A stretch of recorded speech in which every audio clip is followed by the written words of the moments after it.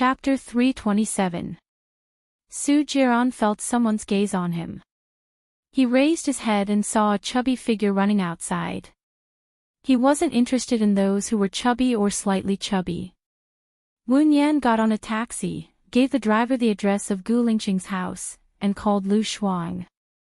"Cool girl, you haven't slept yet, right?" "Nope, Xiao Bao is still playing with a gun. I'm so dizzy, he won't let go after playing with it. I just remembered a joke. Little girls play with dolls, little boys play with guns. When they grow up, it's the other way round. Hee hee hee." Lu Shuang laughed to himself after saying that. Wu Yan understood the meaning of the joke, but she wasn't in the mood to chat with Lu Shuang. "Cool girl, can you help me locate a phone's current address?" "Should be able to. I'll ask Shaniyan." "Send me the phone number," Lu Shuang said straightforwardly. "Thank you, cool girl," Wu Yan said, feeling touched. "There's no need to thank me between us." Lu Shuang hung up the phone. Wu Yan sent the phone number over. The phone rang again. Wu Yan saw it was Gu Lingqing's number, so she quickly picked it up and complained, "Where are you? You stopped talking halfway." Gu Lingqing still didn't say anything. Wu Yan's heart was like an ant on a hot pan. "Are you Gu Lingqing? If not, please talk to me." There was no reply from Gu Lingqing's side. Wu Yan raised the decibel. "If you do this again, I'll be angry. Is it fun to play with people in the middle of the night?" "I am." Gu Lingqing's voice was finally heard. Hearing his voice, Wu Yan felt a little relieved. She sighed, "Where are you?" "I'm already on my way to your house." "I'm at home." Gu Lingqing was silent for a while. He had a strange expression on his face and explained, "I drank a little too much." "Sorry." Wu Yan thought of what he said before. She felt sour in her heart again. She took a deep breath. Since he was at home and sounded sober, there was no need for her to go. She thought it was stupid to rush out of the hotel. "Since you're at home, I won't come over. Rest early." Wu Yan hung up the phone and ordered the driver, "Go back to Oasis Hotel." Gu Lingqing twisted the bridge of his nose and slightly lowered his head. Water droplets dripped down from his forehead, along his cold, resolute, and handsome face, dripping onto his collarbone.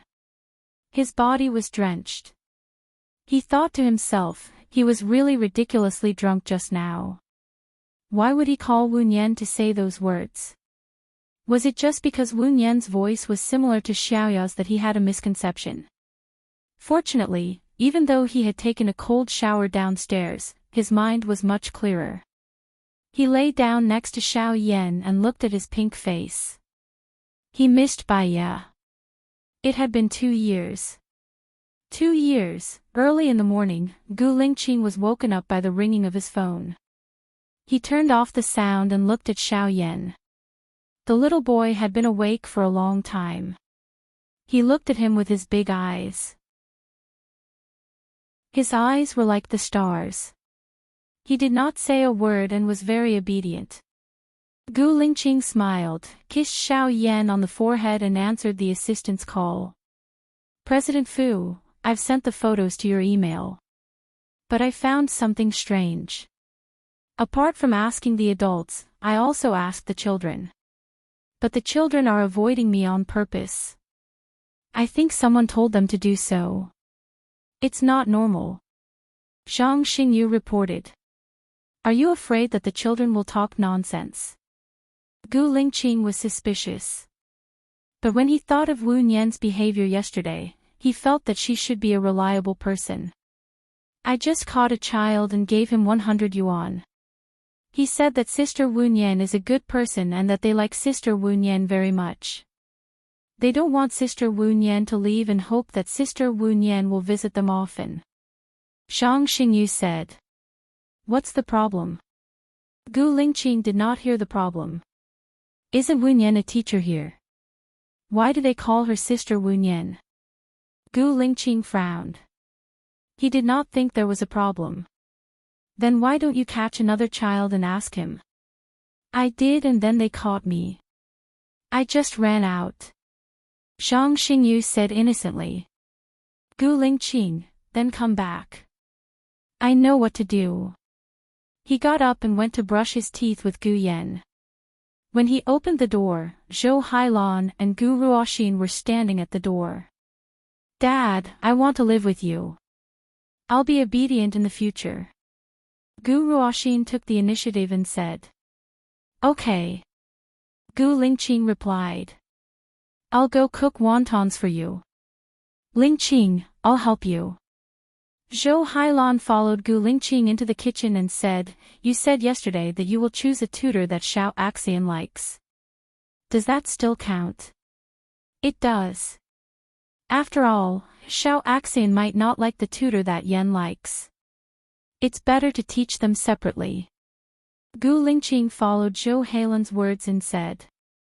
He opened the fridge and saw bags of frozen wontons. The names of the fillings were written on the bags. The handwriting was a little ugly, but it was very careful. Gu Lingqing took out 2 bags and boiled some water. Seeing that Zhou Hailan was still there, she looked at him suspiciously. Is there anything else? Can't you replace Miss Wu? I'm worried that she won't like Xiao Axian. Zhou Hailan went straight to the point. Don't try to measure the heart of a gentleman with the heart of a villain.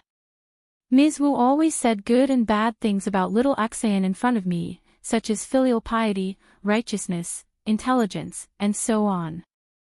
Therefore, she will treat little Axian and little Yan equally, Gu Lingqing said in a deep voice and walked out of the kitchen. Did she really say that? Zhou Hailan did not believe it.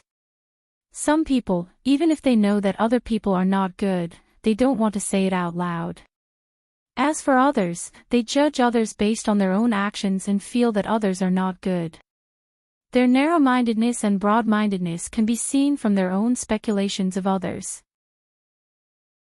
Gu Lingqing spoke frankly. Zhou Hailan's face strangely turned a little red. She lowered her head and said, Maybe I really think too much. I won't have breakfast. I'll go back now. I've troubled you for the whole night. Ask Xiao Axian to stay with you for 2 days. Let him accompany you. Gu Lingqing said casually. What about you and Yan? Where are you going? Zhou Hailan was jealous. A client asked me to go fishing. I can't take care of 2 kids by myself. I'll have to trouble you to take care of Xiao Axian. Gu Lingqing, don't you think you're being biased? You give little Yan the good food and fun things first. Even when you attend your friend's banquet, you only bring little Yan. Is little Axian so insignificant in your heart? Zhou Hailan said angrily. Xiao Axian and Yan both looked at them. Gu Lingqing looked at Zhou Hailan unhappily. Chapter 328. That night, Wen Yan did not sleep well. She finally fell asleep at 4:00 and woke up at 7:15. When she woke up, she remembered what Gu Lingqing had said. Since you care about Xiao Yan so much, you should come and see him yourself. Haven't you always wanted to find Xiao Yan? Xiao Yan is our child. Come back alive to see him. Xiaoya, I miss you so much. She closed her eyes. Her heart was very sour, like a surging flood that was about to burst out of the dam. She could not sleep anymore, so she got up, changed into her sportswear, and went for a run in the park behind the hotel. After running 1 lap, 2 laps, her heart suddenly hurt badly. She covered her heart and squatted down to relieve the pain, as if an awl had pierced into her heart. Beauty, are you okay? A familiar voice sounded. Wen Yan looked at the person with a pale face. It was actually Su Jiran. Subconsciously, she did not want to have anything to do with him anymore. Go away. Wen Yan said unhappily. Su Jiran was stunned. He looked at Wu Nian, and a complicated look flashed across his eyes. He carried Wu Nian and said, "Your condition is very bad. I'll send you to the hospital first." Wu Nian wanted to push Su Jiran away, but she did not have the strength. She was placed in the car by Su Jiran. "Do you have water?" Wu Nian asked. Su Jiran took out a bottle of mineral water from the storage box, opened the cap, and handed it to Wu Nian. She gulped down a few mouthfuls, and her breath became smooth. The pain in her heart eased a lot.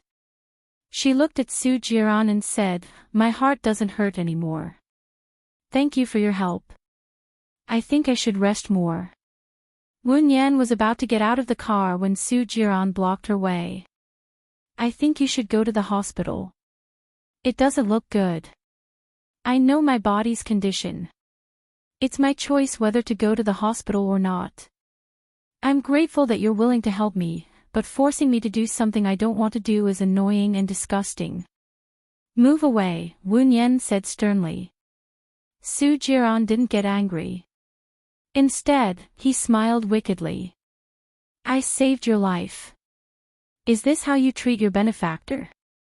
Baiye took out some money from his pocket, chose a 100 yuan note, and stuffed it into the bag behind the chair. "Thank you." He. Su Jiran laughed happily. "Pretty lady, leave me your contact number." Wu Nian stared at Su Jiran's devilishly charming face. In terms of appearance, he could indeed make all living things fall head over heels for him. However, she knew Su Jiran's habits too well. "Do you have a pen?" Wu Nian asked. Su Jiran smirked. He took out a pen from the storage box and handed it to Wu Nian. "Write on my palm." Wu Nian held his hand and wrote a series of numbers on his palm.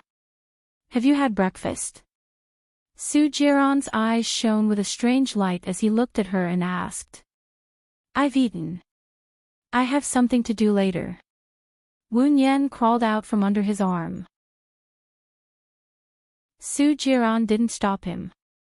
He sat in the back seat lazily and looked at Wu Nian's back. His evaluation of her was that she was a little plump, had a pretty face, could be said to be perfect, had fair skin, a beautiful face, and a big weapon. Most importantly, her voice was the same as Baiye's. Just the fact that their voices were the same was enough to make up for her shortcoming of being slightly plump. Su Jiran picked up his phone and saved her number. He smiled and dialed the number. "I'm sorry, the number you have dialed does not exist." Su Jiran frowned and a trace of annoyance flashed in his eyes. He looked in the direction where Wu Nian disappeared. Was she playing with him? Wu Nian went back to her room and lay on the bed. She closed her eyes and rested. She didn't want to die yet. She wanted to be with Xiao Yan and him. Maybe it was because her heart was not feeling well, or maybe she had exercised, or maybe it was because she didn't have enough sleep to begin with, so she fell asleep again. At 10:30 a.m., she was woken up by the phone. She saw that it was Lu Shuang and picked it up. "Shuang Niu. I've settled Xiaobao down. He's outside your hotel now. Are you awake? Let's go out and play together." Lu Shuang was as excited as if he had just been released from a birdcage and could fly freely. "Give me 5 minutes." Wu Nian said. She hung up the phone, brushed her teeth and washed up again. She tied her hair into a ponytail and changed into a purple and white spaghetti strap dress before going downstairs. Lu Shuang whistled and waved with a smile. "Beauty, over here." Wu Nian walked toward Lu Shuang and sat in the front passenger seat. She fastened her seatbelt and looked at Lu Shuang. Lu Shuang's hair was down and he was wearing a high-collared cheongsam. But Wu Nian saw the hickey on his neck and felt guilty. "Well, you asked me to help you find the location of your phone yesterday. Why did you cancel it?" Lu Shuang asked. "The owner of the phone called me and told me where it is, Wu Nian said simply. The owner of the phone. Gu Lingqing, Lu Shuang guessed. Wu Nian didn't say anything. She lowered her eyes. Her long eyelashes left a black silhouette under her eyelids, covering the undercurrent in her eyes. Lu Shuang understood. You only care so much about his matters. Besides him, there's also you, Wu Nian said with certainty. I'm sorry. I made you suffer yesterday, right? That beast might have been a monk in his previous life. Lu Shuang said unhappily, don't mention him. My waist hurts when I talk about him. Are you really not going to tell Gu Lingqing? Wu Nian shook her head. Don't mention him either. My heart aches. Today is our day. Let's have fun. Ha ha ha. Let me correct you. It's not my waist that hurts. My kidney hurts. Ha ha ha. Lu Shuang said optimistically. Her laughter infected her. Wu Nian smiled and looked out of the window. Where are we going? A nice paradise. Shani Yin brought me there once. We can fish, ride horses, sing songs, play golf, and all kinds of entertainment. There's also a food buffet. It's not bad. Most importantly, there are many handsome guys. Ha ha ha. Lu Shuang was happy when he thought about it. Aren't you worried that Shaniyan spies might be there? Wu Nian said worriedly. I stole Shaniyan's card and entered the VIP area. Not everyone can come in. Besides, I've only been here once. They probably won't remember me. Besides, I'm here to have fun with you. It's fine even if Shaniyan knows about it, Lu Shuang analyzed. As long as it's fine. Wu Nian held Lu Shuang's hand. I'll find a way to help you escape from Shaniyan. Let's not talk about him anymore. Now, not only my waist and kidney hurt, but my whole body hurts. Lu Shuang said jokingly. However, in this world, some people would not appear even if you didn't mention them. Wu Nian and Lu Shuang met Gu Lingqing, Gu Lingqing's children, and Gu Lingqing's friends the moment they entered the VIP area. Chapter 329. Wu Nian caught the surprise in Gu Lingqing's eyes. When his eyes moved from Wu Nian's face to Lu Shuang's face, he was even more shocked, and his eyebrows were slightly knitted. Wu Nian felt guilty and lowered his eyes. Lu Shuang twitched the corner of his mouth, covered his mouth, and said to Wu Nian in a low voice, You and Gu Lingqing are really fated to run into each other. This place has been very popular in the past year. Many rich and powerful people come here to have fun. The chances of running into him on the weekend are very high. Wu Nian's lips did not move, but his voice came from the gap between his teeth. So, are you going to say hello to him now or not? Lu Shuang asked worriedly for Wu Nian. Those are all his friends. Going to say hello to him is like taking advantage of the heat. I think it's better not to. Let's get something to eat and try to sit as far away from them as possible. Wu Nian said. Seeing that Gu Lingqing was still looking at her, she nodded, pulled Lu Shuang away, and sat in the corner on the far right. He must be very curious now about how I know you and I came to eat together. Lu Shuang said with a smile. Just follow our original plan. Calm down, I'll go get something to eat. Wu Nian stood up, went to the steak place, ordered a steak, and stood there waiting. Behind her, a strong masculine aura was approaching. Wu Nian did not need to turn around to know who it was. She straightened her back and tried to calm herself down. Lu Shuang was her only friend, and they would definitely meet again in the future. Sooner or later, Gu Lingqing would know that she and Lu Shuang were friends. However, it was much earlier than she expected. What a coincidence. Gu Lingqing said in a low voice. Wu Nian turned around and pretended to be surprised. She smiled and greeted respectfully, "Mr. Gu, what a coincidence indeed.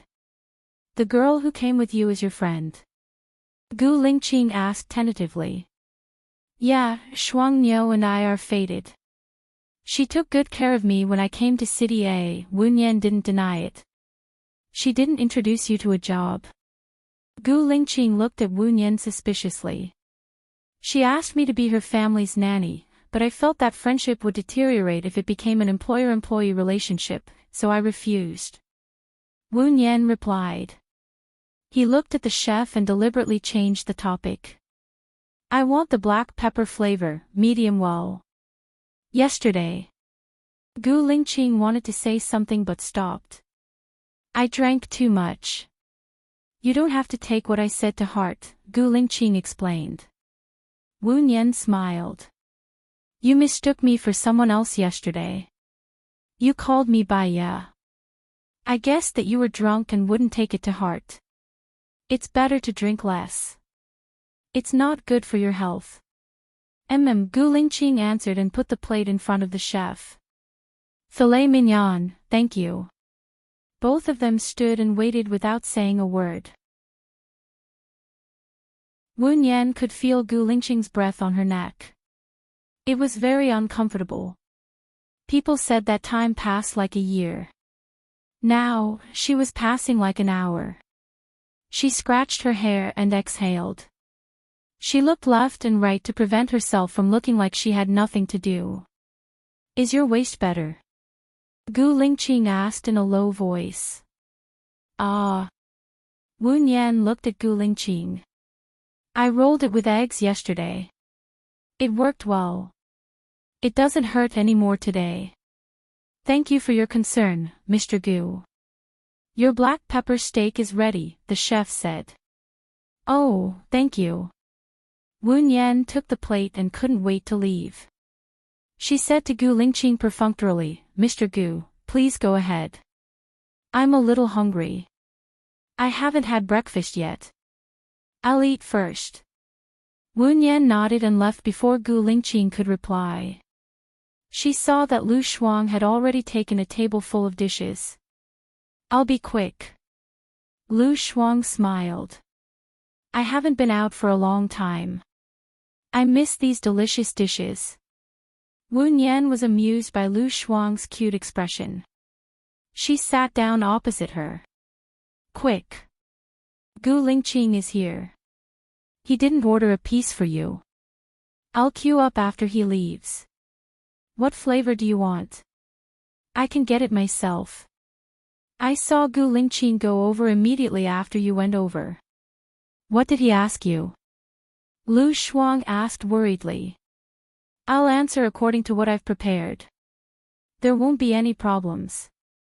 But today is our day. I don't want him to affect our mood. If we see him fishing, we'll go horseback riding. If we see him riding a horse, we'll go fishing or singing. We'll split up." Wu Nian suggested. "You're a good sister. I didn't sacrifice my body to protect you in vain. Cheers." Lu Shuang raised his wine glass. "You drove here today. Can you drink?" Wu Nian stopped her. "It's not like we're going to leave after this meal. I don't drink much, so I'll be able to get rid of the alcohol in 4 hours. Today, we're having a good time as sisters. Come, don't spoil the mood," Lu Shuang said casually and clinked Wu Nian's glass of red wine. She drank it all in one gulp. Wu Nian noticed something was wrong.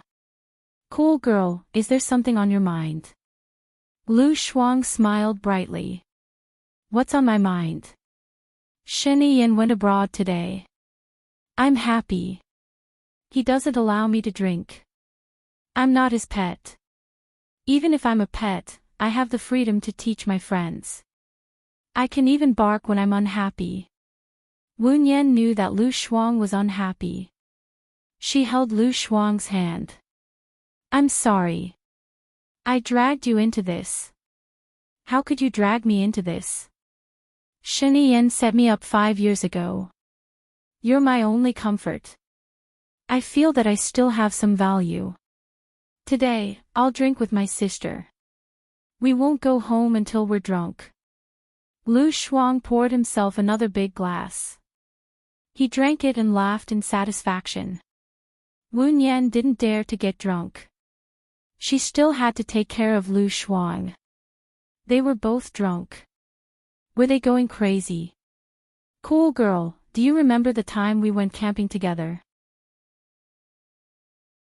Ma Rong and Wu Dehai were a couple at that time. They were so lovey-dovey in front of us. Wu Nian asked. I remember. The two of them were so lovey-dovey. Now that I think about it, I get goosebumps.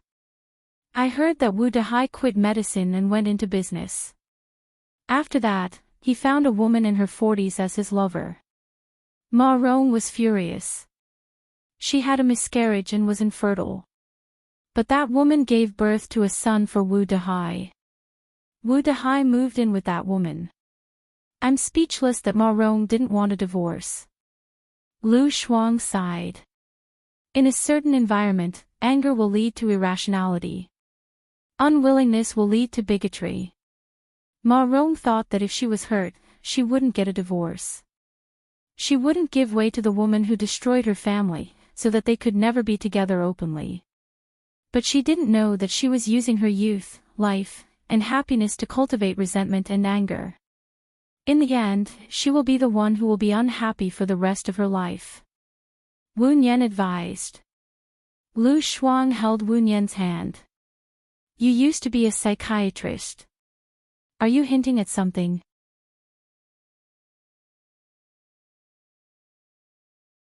Chapter 330. Hearing Gu Lingqing's voice, Wu Nian's heart skipped a beat. She was so absorbed in talking that she didn't notice that Gu Lingqing had walked over. She squinted at Gu Lingqing and nodded respectfully. I studied this subject in college because the children in the orphanage might have some psychological problems, but I'm not good at it. He, Gu Lingqing, do you think she is like Baiya? Lu Shuang laughed and poked through the thin layer of paper first. Gu Lingqing looked at Lu Shuang. She is indeed like Baiya. Her voice is similar, and her experience is similar. Baiya also studied psychology in the orphanage when she was a child. By the way, their personalities are also similar. But since you messed with one of my friends, don't mess with my other friend. Lu Shuang's eyes darkened. He warned her coldly. Cool girl. Wu Nian shouted. She stood up and smiled at Gu Lingqing apologetically. Then she said to Lu Shuang, I am now a tutor in Mr. Gu's family. Quit your job. I can still afford to support you, Lu Shuang said directly. I want to earn my own living, Wu Nian replied. Gu Lingqing looked at Wu Nian and said in a low voice, since your friend has scruples about me, then forget it. An unhappy beginning won't end well. Gu Lingqing said in a low voice, turned around, and left. Wu Nian's eyes dimmed. He sat back on the chair weakly. He looked like he was cutting the steak calmly, but in fact, his shoulders drooped like a rooster that had lost a fight. Lu Shuang understood Wu Nian's sadness. He said apologetically, did I use too much strength? Wu Nian shook her head.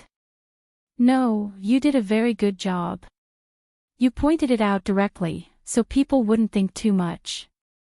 Gu Lingqing must have his reasons for not hiring me. There is one thing. Lu Shuang wanted to say something but stopped.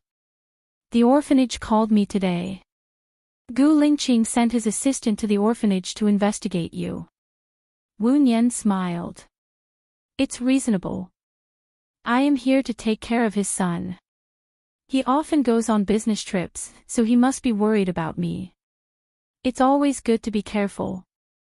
Then what will you do now? You must want to take care of Yan, right? Lu Shuang felt sorry for Wu Nian. I can still apply to be a teacher in Yan's school. Perhaps this is the arrangement of the heavens. No matter how valiant you are, you can't change your fate. What's in your life is bound to happen, and what's in your life is always forced, Wu Nian said optimistically. Her past experience really told her not to force things. Otherwise, in the end, she would just suffer the consequences of her own actions. She raised her glass and clinked it with Lu Shuang's. I'll only drink this glass. Lu Shuang snatched the wine glass from Bai Ye's hand and put it on the table. I'm not drinking anymore. What's so good about red wine? It's sour and astringent. Let's eat more and go karaoke. I'll call some handsome guys to accompany us. I can sing, but not handsome men. I have a feeling that Shiniyan's spy is here. Wu Nian was worried. Lu Shuang sneered and patted the table domineeringly. So what?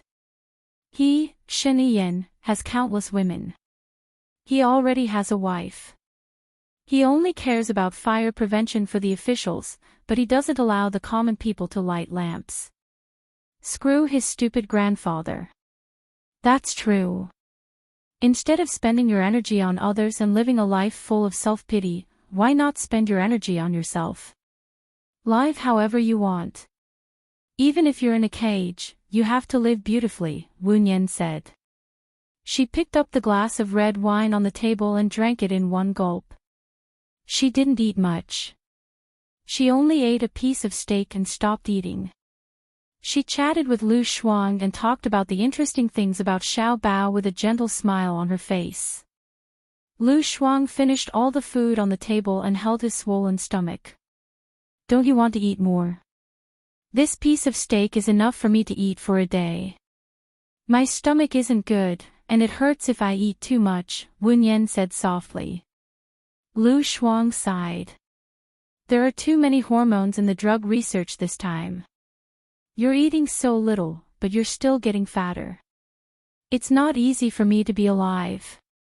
I don't care about my appearance and body size. But aren't you afraid that you'll become a little fat cat by eating so much? Wu Nian teased with a smile. I want to eat until I become an invincible fatty in the universe. That way, Shen Yiyan will definitely abandon me. But I'm worried that after he abandons me, he won't provide you with the drug anymore. It's so contradictory. Lu Shuang held his chin and stared at Wu Nian. I'm sorry, Lu Shuang, Wu Nian said apologetically. It's okay. Look at my mouth. I don't know how to talk. I didn't mean it that way. Don't misunderstand, Lu Shuang scratched his head and said honestly. She had known Lu Shuang for so many years. She knew Lu Shuang's character very well. He was straightforward, loyal, and carefree. He said whatever was on his mind. He didn't have many thoughts, and he wouldn't be jealous or frame others. He was a magnanimous gentleman, a pure and cute person. But in the end, she was the one who caused Lu Shuang to provoke Shen Yiyan. Cool girl, don't worry about me. Go and live the life you want, Wu Nian said in a deep voice. I'm sure my bestie will be in the life I want. Let's go and sing. Lu Shuang changed the topic cheerfully. Wu Nian nodded and they went out together. Dad, isn't that Auntie Xiaonian? Gu Yan saw Wu Nian and asked Gu Lingqing. Gu Lingqing looked at Wu Nian's back as he left. She's busy. Later, Dad will bring you to the amusement park, didn't she see me? Gu Yan asked disappointedly. Gu Lingqing squatted down in front of Gu Yan. Xiao Yan, I don't think Ms. Wu is suitable to be our family's tutor. I'll interview some other tutors tomorrow. You and Xiao Axian will come too. We'll choose one that you like, okay? Gu Yan's eyes turned red. He looked at him with his big, watery eyes. He pursed his lips and didn't say a word. Xiao Yan, do you want to eat cake? Gu Lingqing asked gently. Gu Yan nodded. Gu Lingqing patted Gu Yan's head, got up and walked towards the cake. Gu Yan turned around and ran out of the door. After he got out of the elevator, he finally saw Wu Nian. He shouted, "Auntie Xiao Nian, Xiao Nian." Wu Nian stopped when she heard Gu Yan's voice. She turned around and saw Gu Yan running towards her. Her heart felt as if it had been hit by a fawn, and it rippled again and again.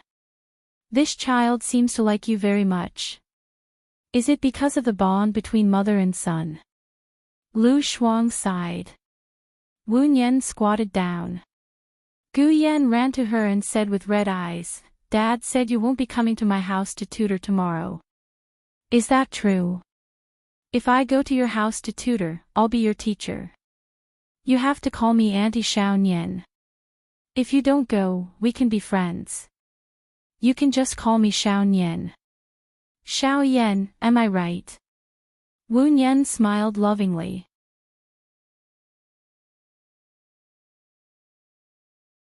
Chapter 331. She had been controlling her emotions, but because of his tears, they also became undulating. "It's not impossible that we won't meet. You see, we didn't have an appointment today, but we met. It means that Xiaoyan and I are fated. Since we are fated, God will definitely let us meet again, right?" Wu Nian persuaded. Xiaoyan sniffed, but his tears were still flowing. He seemed to have broken down, and with a cry, he said, "I don't like Dad. Dad took me away. My parents are very sad. Now Dad wants to drive Auntie Xiaoyan away. Dad wants to drive all the people Xiaoyan likes away from Xiaoyan. I hate Dad around Yen. If you don't like your dad, can you live with your Auntie Xiaoyan in the future?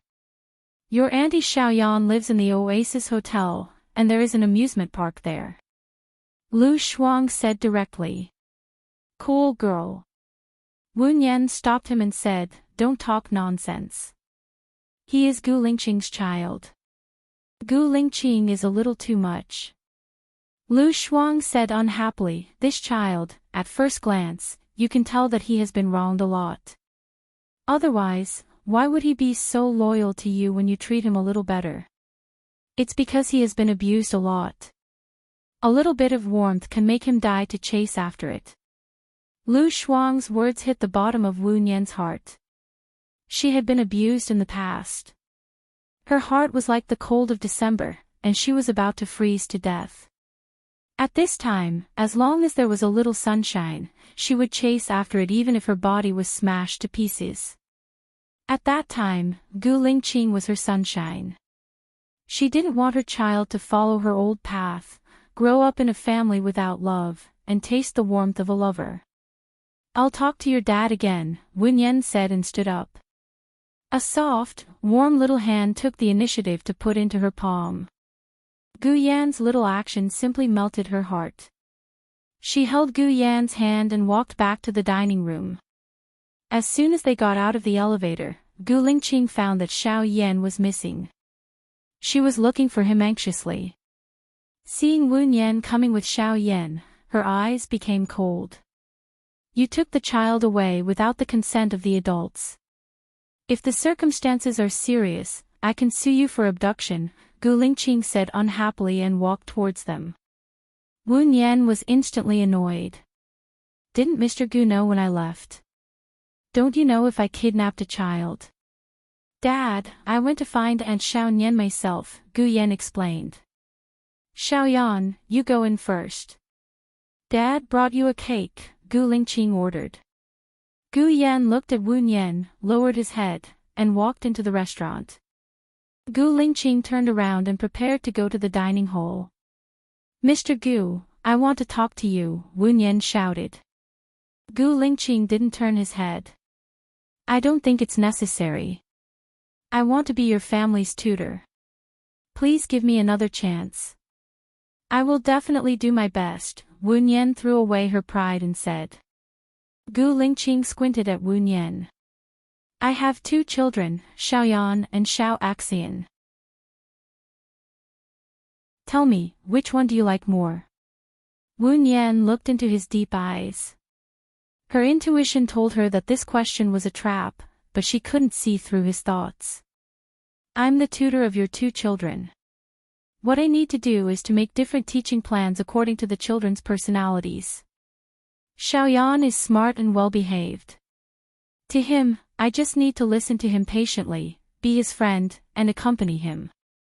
To Xiao Axayan, he is smart and rebellious, but he has his own ideas.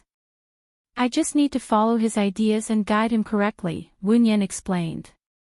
Gu Lingqing sneered and looked at Wu Yan coldly. I think the smart one is Mr. Wu.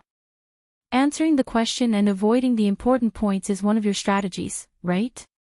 As a teacher, I have emotions and desires. It's normal to have likes and dislikes.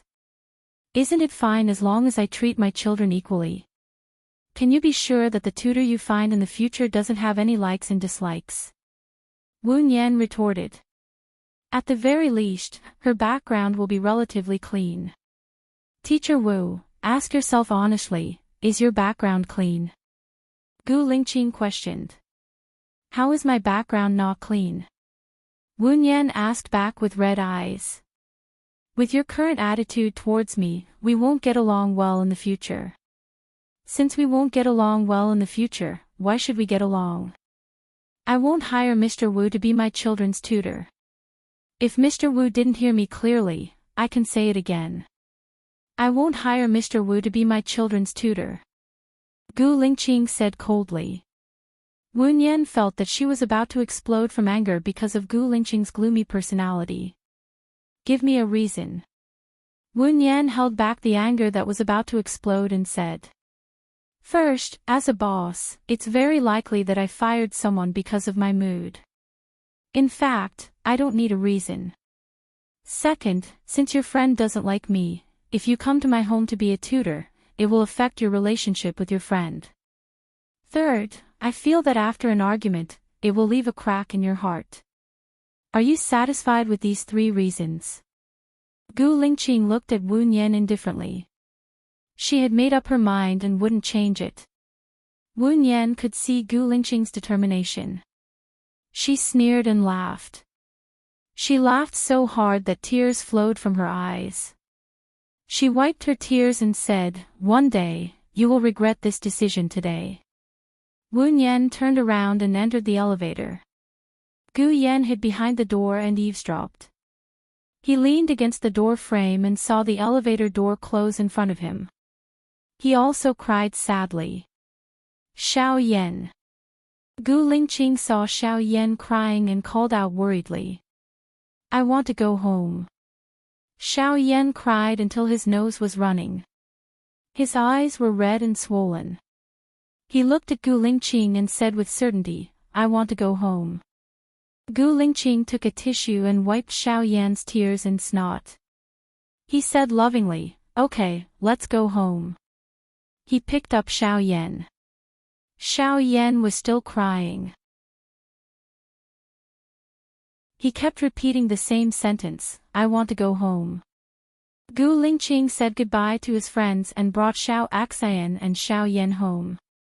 He put Xiao Yan in the back seat and Xiao Axayan got in the front passenger seat. Gu Lingqing walked past the front of the car and got in the driver's seat. He looked at the rearview mirror and didn't see Xiao Yan. He was shocked and turned to look at the back seat.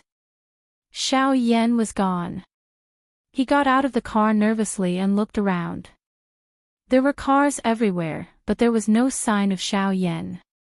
He closed the door worriedly and shouted, Xiao Yan, Xiao Yan.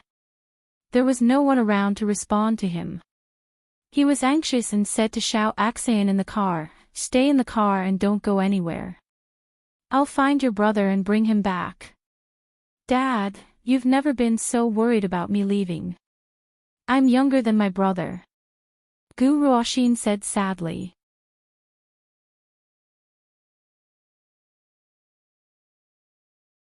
Chapter 332. Wu Yan looked at the caller ID of Gu Lingqing. She hesitated for a moment. She was already angry, so she hung up the phone. Lu Shuang looked at Wu Yan and changed the topic with a smile. Since you don't have to work now, let's go traveling. I've thought about it. Traveling is just to see the mountains, the water, and the culture. This time, I have a long time, so I want to go to a special place. I want to see deserts and icebergs. Then let's go to Chile. Chile is the country closest to the South Pole. There are deserts in the north of Chile, and it's also close to Argentina. We can go there. Wu Nian suggested. She also wanted to go out and relax, but she was depressed by Guilingqing. Argentina is famous for beef, gems, football, and tango, right? Lu Shuang asked excitedly. Yes, it's a country with rich ethnic customs. Wu Nian smiled. She was locked in the ward, thinking that she was going to die. She wanted to see things that she had never seen before. So, she often watched programs that introduced the countries around the country, so she knew a little. You know a lot. We'll leave tomorrow, and I'll bring Xiao Bao with us. We'll come back after a few months. I'll pay for all the expenses. Wahahaha, a general can't obey military orders. I'll make Shinian so angry. Wahahaha. The more Lu Shuang thought about it, the happier he was. Wu Nian saw that Lu Shuang was in a good mood, so she also smiled. But there was a part of her heart that she didn't show. She didn't want Lu Shuang to worry and not have a good time. Her phone rang again. It was Guilingqing again. She frowned and picked it up. Is little Yen with you? Guilingqing asked directly. Wu Nian paused for a moment. She understood Guilingqing's words. Suddenly, anger rushed to her head. She widened her eyes and said worriedly, Little Yen is missing again. Not with you. If she's with you and you don't tell me on purpose, I can sue you for kidnapping, Guilingqing said coldly. Who do you think you are, Guilingqing? Do you think I would dare to kidnap your child? Wu Nian angrily hung up the phone. What's wrong? Lu Shuang asked worriedly. Wu Nian looked around and said worriedly, Xiao Yan is missing. I'm worried that something might have happened to him. Let's not go karaoke for now. Let's look for him together. Oh, okay. Let's split up and call each other when we find him, Lu Shuang said readily. Yes, Xiao Yan, Xiao Yan. Wu Nian shouted. He walked towards the direction of the restaurant again, but he didn't see Xiao Yan. She asked a passerby, Hello, have you seen a 7-year-old boy? He's about 1.35 meters tall and he's wearing a white short-sleeved shirt. No. The passerby shook his head. Wu Nian asked all the way to the restaurant, but Gu Yan was nowhere to be found. She then went to the fishing area to ask, afraid that Gu Yan would fall into the lake alone. Hello, have you seen a 7-year-old boy?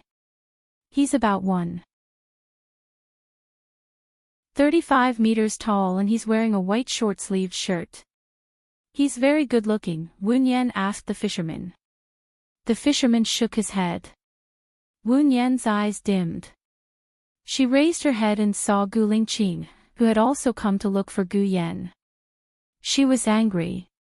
She rolled her eyes at Guilingqing and turned around, wanting to leave. She thought for a moment, took a deep breath, turned around again, and walked towards Guilingqing. This resort is very big. With our ability, I'm afraid it'll take some time to find him. The longer it takes, the more dangerous it will be for Xiao Yan. However, there are many security guards here. You should have Xiao Yan's photo in your phone. Please look for the security department here and ask them to help you find him. If they find Xiao Yan, give me a call, Wu Nian said coldly. You're very concerned about Xiao Yan. Guilingqing looked at Wu Nian suspiciously, as if she was scrutinizing something. Wu Nian sneered. Although I don't know the specific reason why you fired me, I really like Xiao Yan. I don't want anything to happen to him. I'll call you when I find him. Don't worry, I won't kidnap your child. Guilingqing looked at Wu Nian with a dark expression. He fired her because she was too similar to Bai Ye. Their voices were similar, their personalities were similar, and even their experiences were similar. Because there were so many similarities, he was on guard, deeply afraid that she was sent by someone with ulterior motives. Xiao Yan was his and Bai Ye's child. He didn't want anything to happen to him. To him, Wen Yan was like a ticking time bomb, a dangerous person. He couldn't take the risk. Then I'll have to trouble you, Gu Lingqing said coldly and turned around. Wen Yan looked at his handsome and heartless back. She was filled with anger. She grabbed some mud on the ground and threw it at Gu Lingqing, hitting him on the shoulder.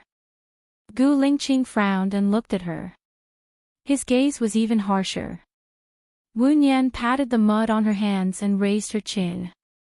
Since you're no longer my boss, I don't have to put up with your bad temper. She turned around. She didn't want to be angry with Gu Lingqing. It was more important to find Xiao Yan first. Gu Lingqing patted the dust on his shoulder and frowned even more. Her personality was exactly the same as Bai Ye's. Usually, she looked weak and gentle, but when she was angry, she was very tough, sharp, unyielding, and merciless.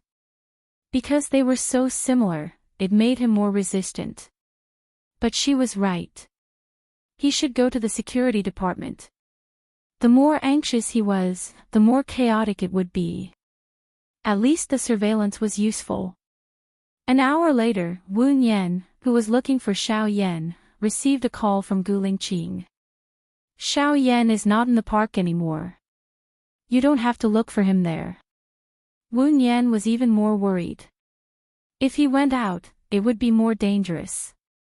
Did you check the surveillance outside?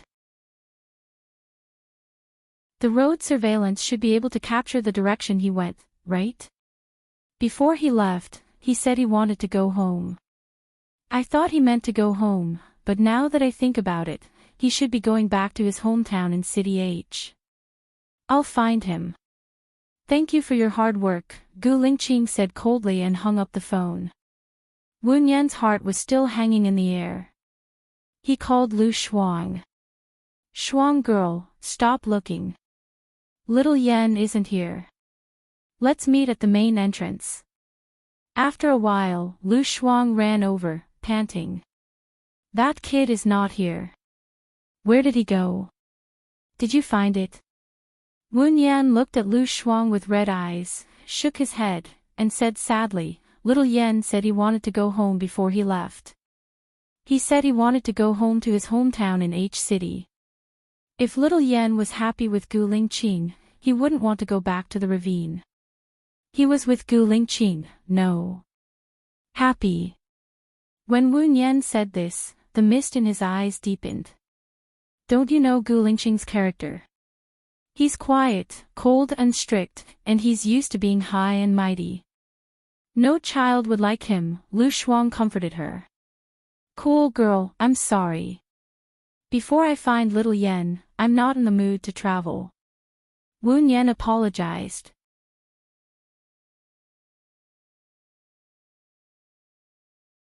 Chapter 333. Wen Yan really felt that Lu Shuang was a good person.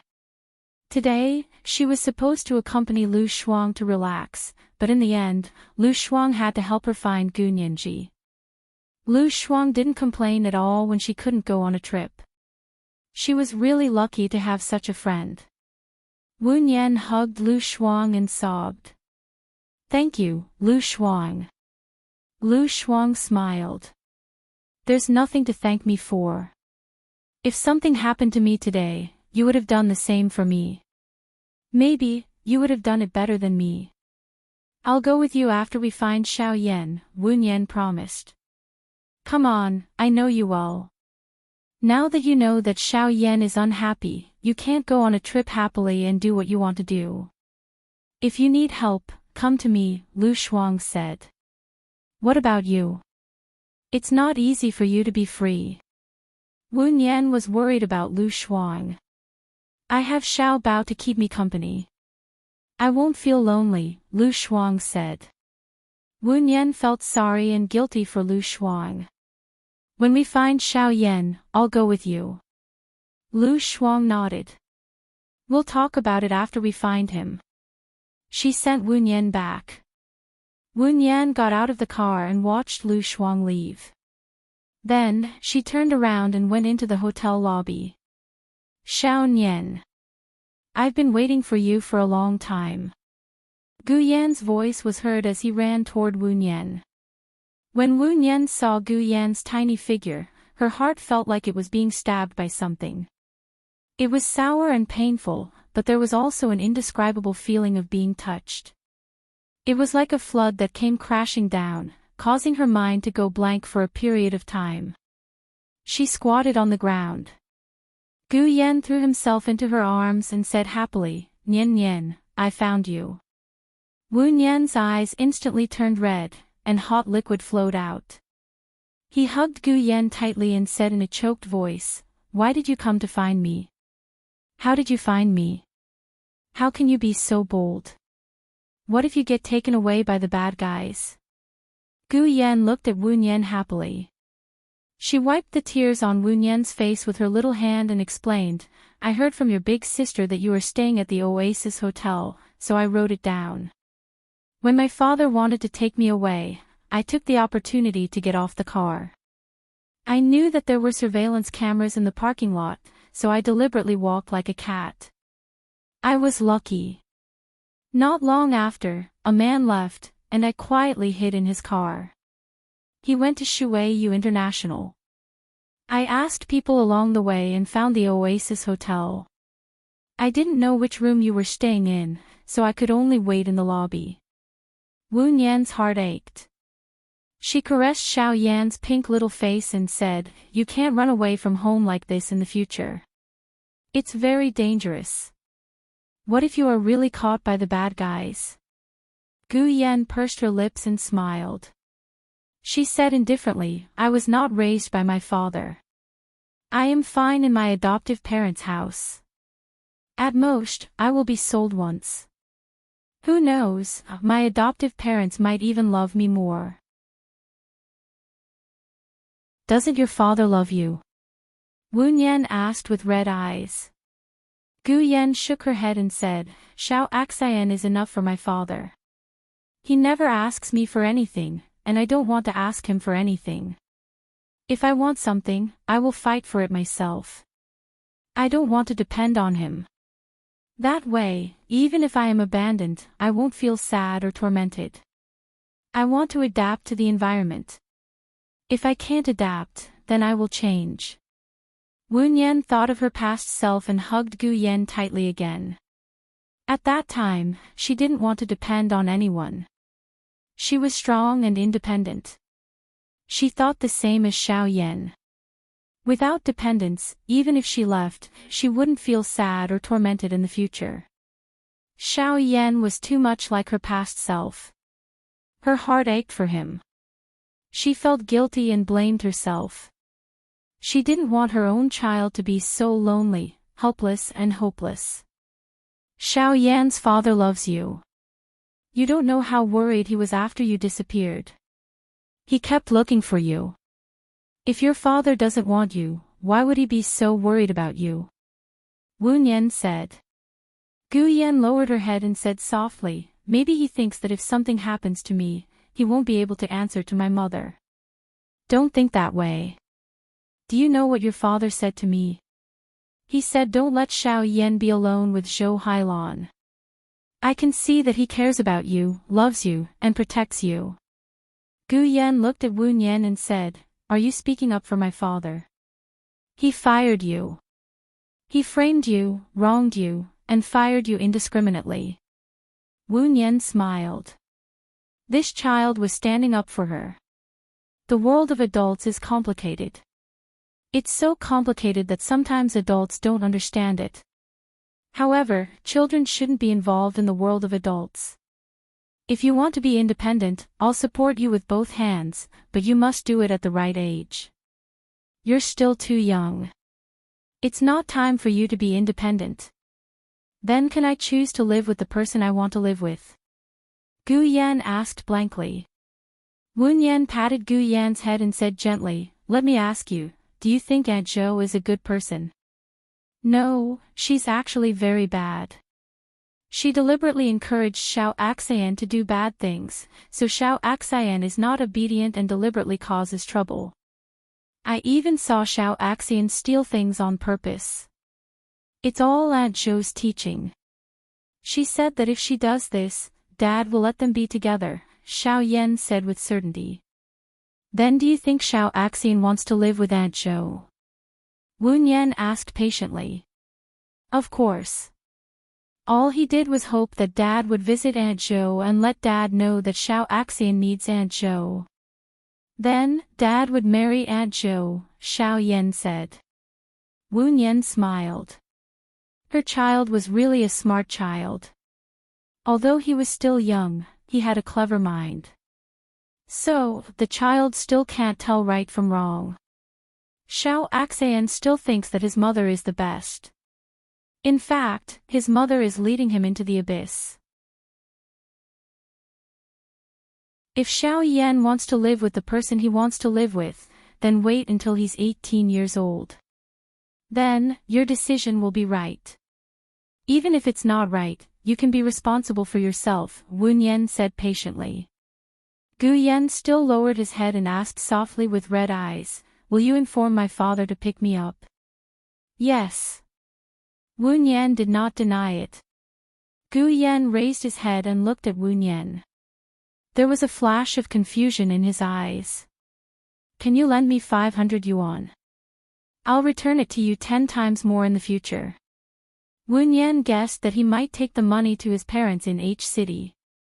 There were several results. 1. He lost his way and became a homeless person. 2. He got into an accident. 3. He returned to his hometown in H City and was picked up by Gu Lingqing. Go back to my room and rest for a while. You must be tired. I'll go out and get the money for you, Wu Yan said softly. Gu Yan entered her room obediently.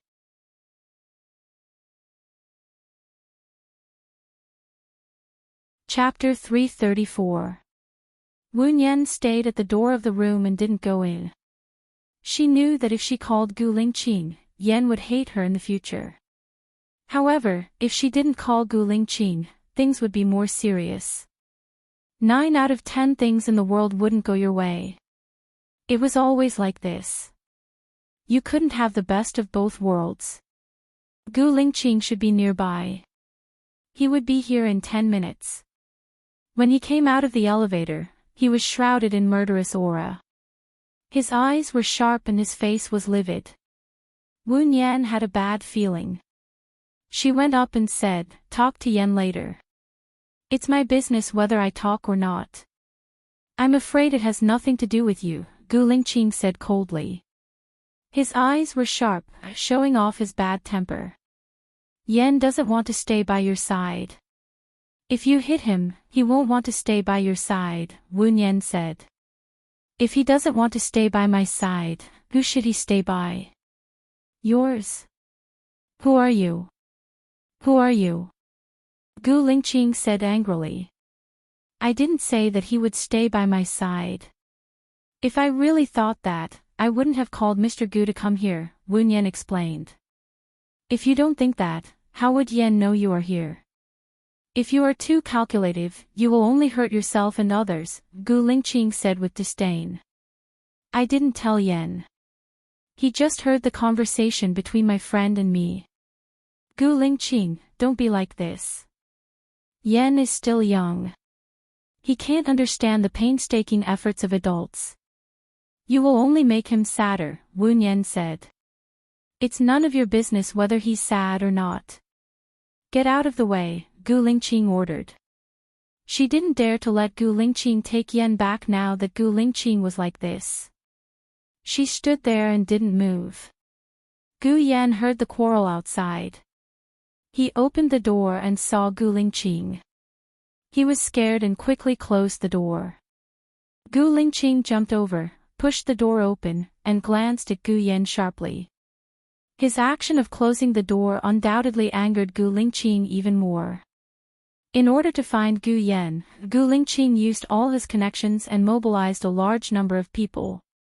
When Gu Yan saw him, he actually closed the door. Gu Lingqing was furious and kicked the door open. Frightened, Gu Yan hid behind the bed. Wu Yan rushed in. Gu Lingqing, let's talk this out. Gu Lingqing glared at Gu Yan fiercely and said coldly, I'm disciplining my son. I don't need unimportant people to make irresponsible remarks. Come here. Gu Yan shook his head in fear. His eyes were red like a pitiful rabbit. Wu Yan recalled Gu Yan's words, I don't want to depend on him. That way, even if he abandons me, I won't feel sad or tormented. I want to adapt to the environment. If I can't adapt, then I'll change. Gu Yan was only 7 years old.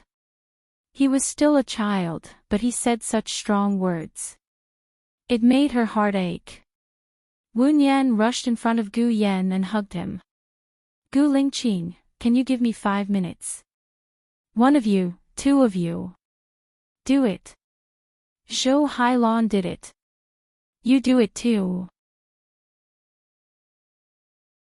Gu Lingqing said sternly. He took out his belt and looked at Gu Yan. Are you coming over or not? I don't want to go over. I want to go home. I miss my parents. I don't want to go over. Gu Yan cried sadly. Go home. Gu Lingqing was so angry that he lost his mind. He hit Gu Yan with his belt. Wu Yan took it head on. His arm instantly turned red. Gu Lingqing did not calm down. He hit Gu Yan again and scolded, I provide you with food, shelter, and education. Isn't this your home? All of you are willful, angry, and run away from home. All kinds of people can interfere with my life. I, Gu Lingqing, want to go home. I want you to go home. I want you to go home. I want you to go home. I want you to find your mother. Wu Yan hugged Gu Yan tightly, withstanding the blows one after another. His back had been beaten until it was lacerated. Fortunately, he hit her. Gu Yan was still a child. His skin was thin and tender. He could not take it. However, Gu Lingqing's last sentence had hurt Gu Yan, and it had also hurt her. He wanted Gu Yan to find his mother. Did he want to beat Gu Yan to death? If he had Baiya in his heart, he would not have said that.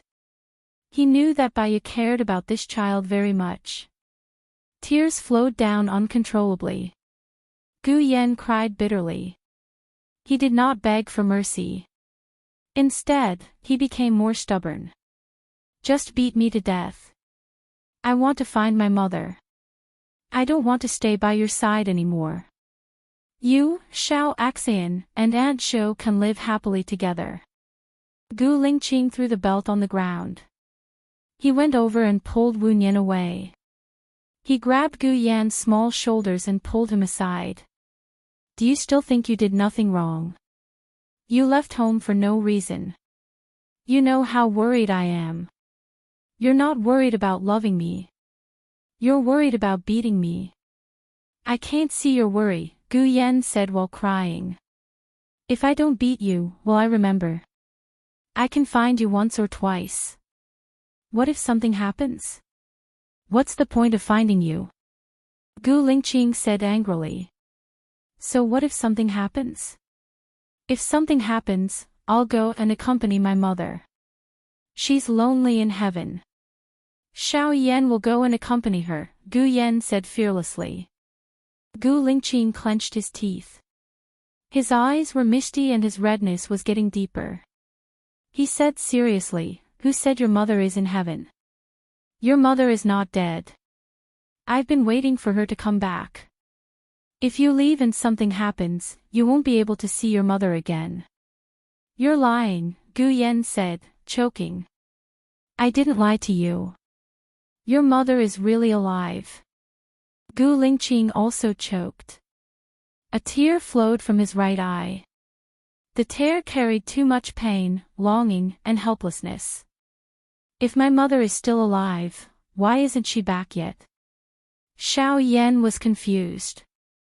I don't know either. But I believe that your mother will come back one day because there are people she loves and can't forget here. There are also her responsibilities and wishes, Gu Lingqing said with certainty. Xiao Yan lowered his head and cried. Wu Yan turned his face away and cried too. The bitterness in his heart was about to form a flood and drown her. Let's go home with Dad, Gu Lingqing said with a hoarse voice. Gu Yan looked at Wu Yan. Wu Yan's shirt was torn by Gu Lingqing. There were still many bloodstains on it. Dad, send Xiao Yan to the hospital first. Xiao Yan is injured, Gu Yan said with concern. Wu Yan felt even more sad. Her tears were about to burst. Her child was truly an intelligent and kind-hearted person. At this time, he still cared about others.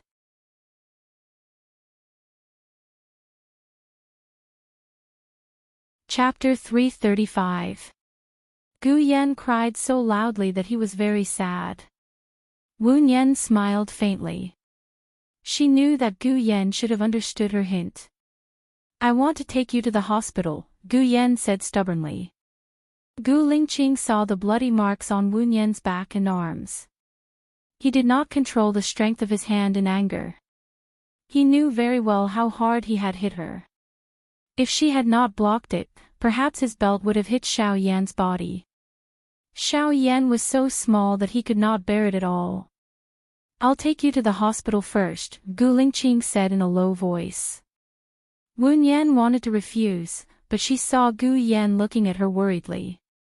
If she did not go to the hospital, Xiao Yan would not be at ease, so she nodded.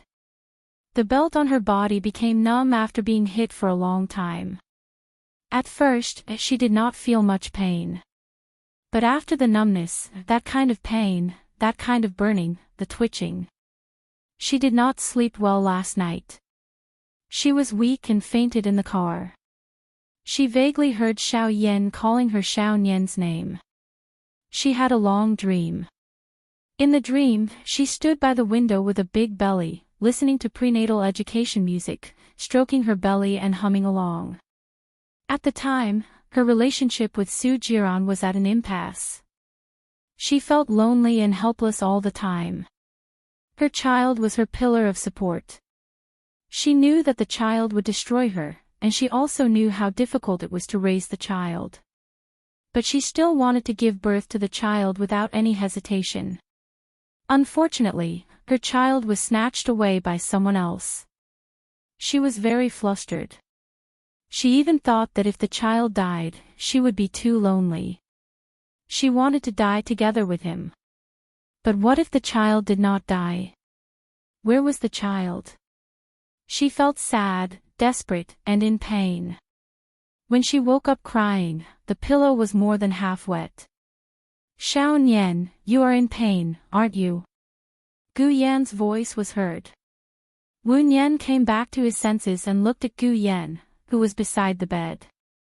Tears were still hanging from the corners of his eyes. He smiled and asked softly, Little Yan, why are you here? Dad and I sent you to the hospital, but you were unconscious. When the nurse applied medicine on your back was covered in injuries. It's all my fault. It's all my fault. It's all my fault. It's all my fault. It's all my fault. Gu Yan apologized. I don't blame you. I took the initiative. I know you have your own thoughts. There are a lot of things that you can't control and grasp. Remember Auntie's words. You must grow up safely, okay?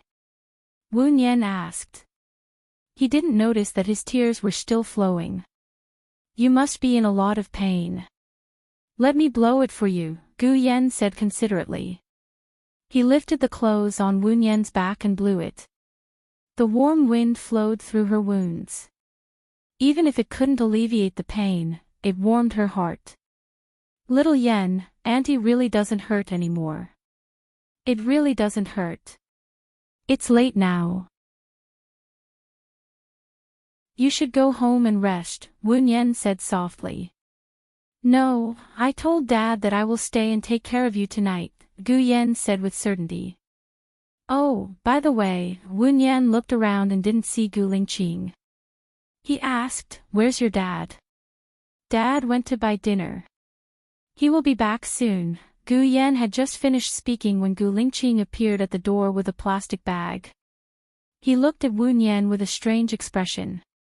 He put the plastic bag on the bedside table and said, I'll call the nurse over. I'll pay for all the expenses. I'll also compensate you for the psychological damage. How much do you want? You didn't hit me. I was the one who wanted to be hit. It has nothing to do with Mr. Gu. As for the nurse, there's no need for that. You can call my friend to come. Bring little Yan home and let little Yan have a good rest, Wu Yan said coldly. I bought mullet soup, shredded carrots, and tomato eggs. I won't bother you anymore, Gu Lingqing said in a professional manner and held Gu Yan's hand. Gu Yan hid his hand behind his back instinctively. I have to take care of Xiao Nian. Xiao Nian got hurt because of me. You know it's because of you. You shouldn't cause more trouble. Let's go. I'll bring you to see her tomorrow. It's fine if you don't want to come tomorrow, Gu Lingqing compromised. I want to come, Gu Yan said immediately. Then say goodbye to your auntie Xiao Nian, Gu Lingqing said in a deep voice. Gu Yan looked at Wu Yan and said reluctantly, if you want me to stay with you, I can talk to my father again. Wu Yan was touched by Gu Yan's warmth. He smiled and said, you should go back and have a good rest. Come and take care of me tomorrow. You need enough sleep to have a good rest. Only after you have a good rest will you have the energy to take care of me, understand? Got it, Gu Yan said obediently and walked to Gu Lingqing. Gu Lingqing held Gu Yan's hand. This time, Gu Yan didn't refuse. They walked out of the ward. Gu Yan said, Dad, don't be against Xiao Nian. I want to marry Xiao Nian in the future. She risked her life to protect me. When I grow up, she will definitely love me very much. She's 20 years older than you. You two are not suitable for each other. Gu Lingqing refused coldly. Gu Yan sneered and walked away with his head down. He said, don't worry. I'm just telling you. When I grow up, you can't stop me. Gu Lingqing didn't know what to say. Why did he feel that the well-behaved Gu Yan was even more rebellious than Gu Ruoxin? After Gu Lingqing and Gu Yan left, Wu Yan didn't call Lu Shuang to come. Lu Shuang had to take care of Xiao Bao at night. It was already hard enough. She couldn't bear to let Lu Shuang worry about her. It was just a superficial wound. She could endure it. She ate the food that Gu Lingqing brought. She brushed her teeth and washed her face. She didn't take a shower. She just cleaned her body. She felt dizzy and lay on the bed. After a while, she fainted again. When she woke up, it was already dawn. The sun was a little dazzling, so she closed her eyes again. You're so badly injured. Are you not going to tell me? Lu Shuang's voice rang out. Wu Yan looked at Lu Shuang in surprise. He opened his eyes wide and asked, why are you here? I called you in the morning. You were unconscious. The nurse answered the phone, so I came immediately. How did you get so badly injured? Lu Shuang asked in confusion. I fell. I'm fine. Wu Yan smiled. Lu Shuang pursed his lips and said unhappily, I just read the news today. A female university student committed suicide. She had good grades, was optimistic, and helped others. She often had dinner with her friends. She got along well with others and had a happy family. No one knew why she committed suicide. Her mother cleaned up her room and saw her writing "I'm fine" on a piece of paper. She turned the paper over and saw the word "save" on the back of the paper. Me. Woon-yen, are you really okay?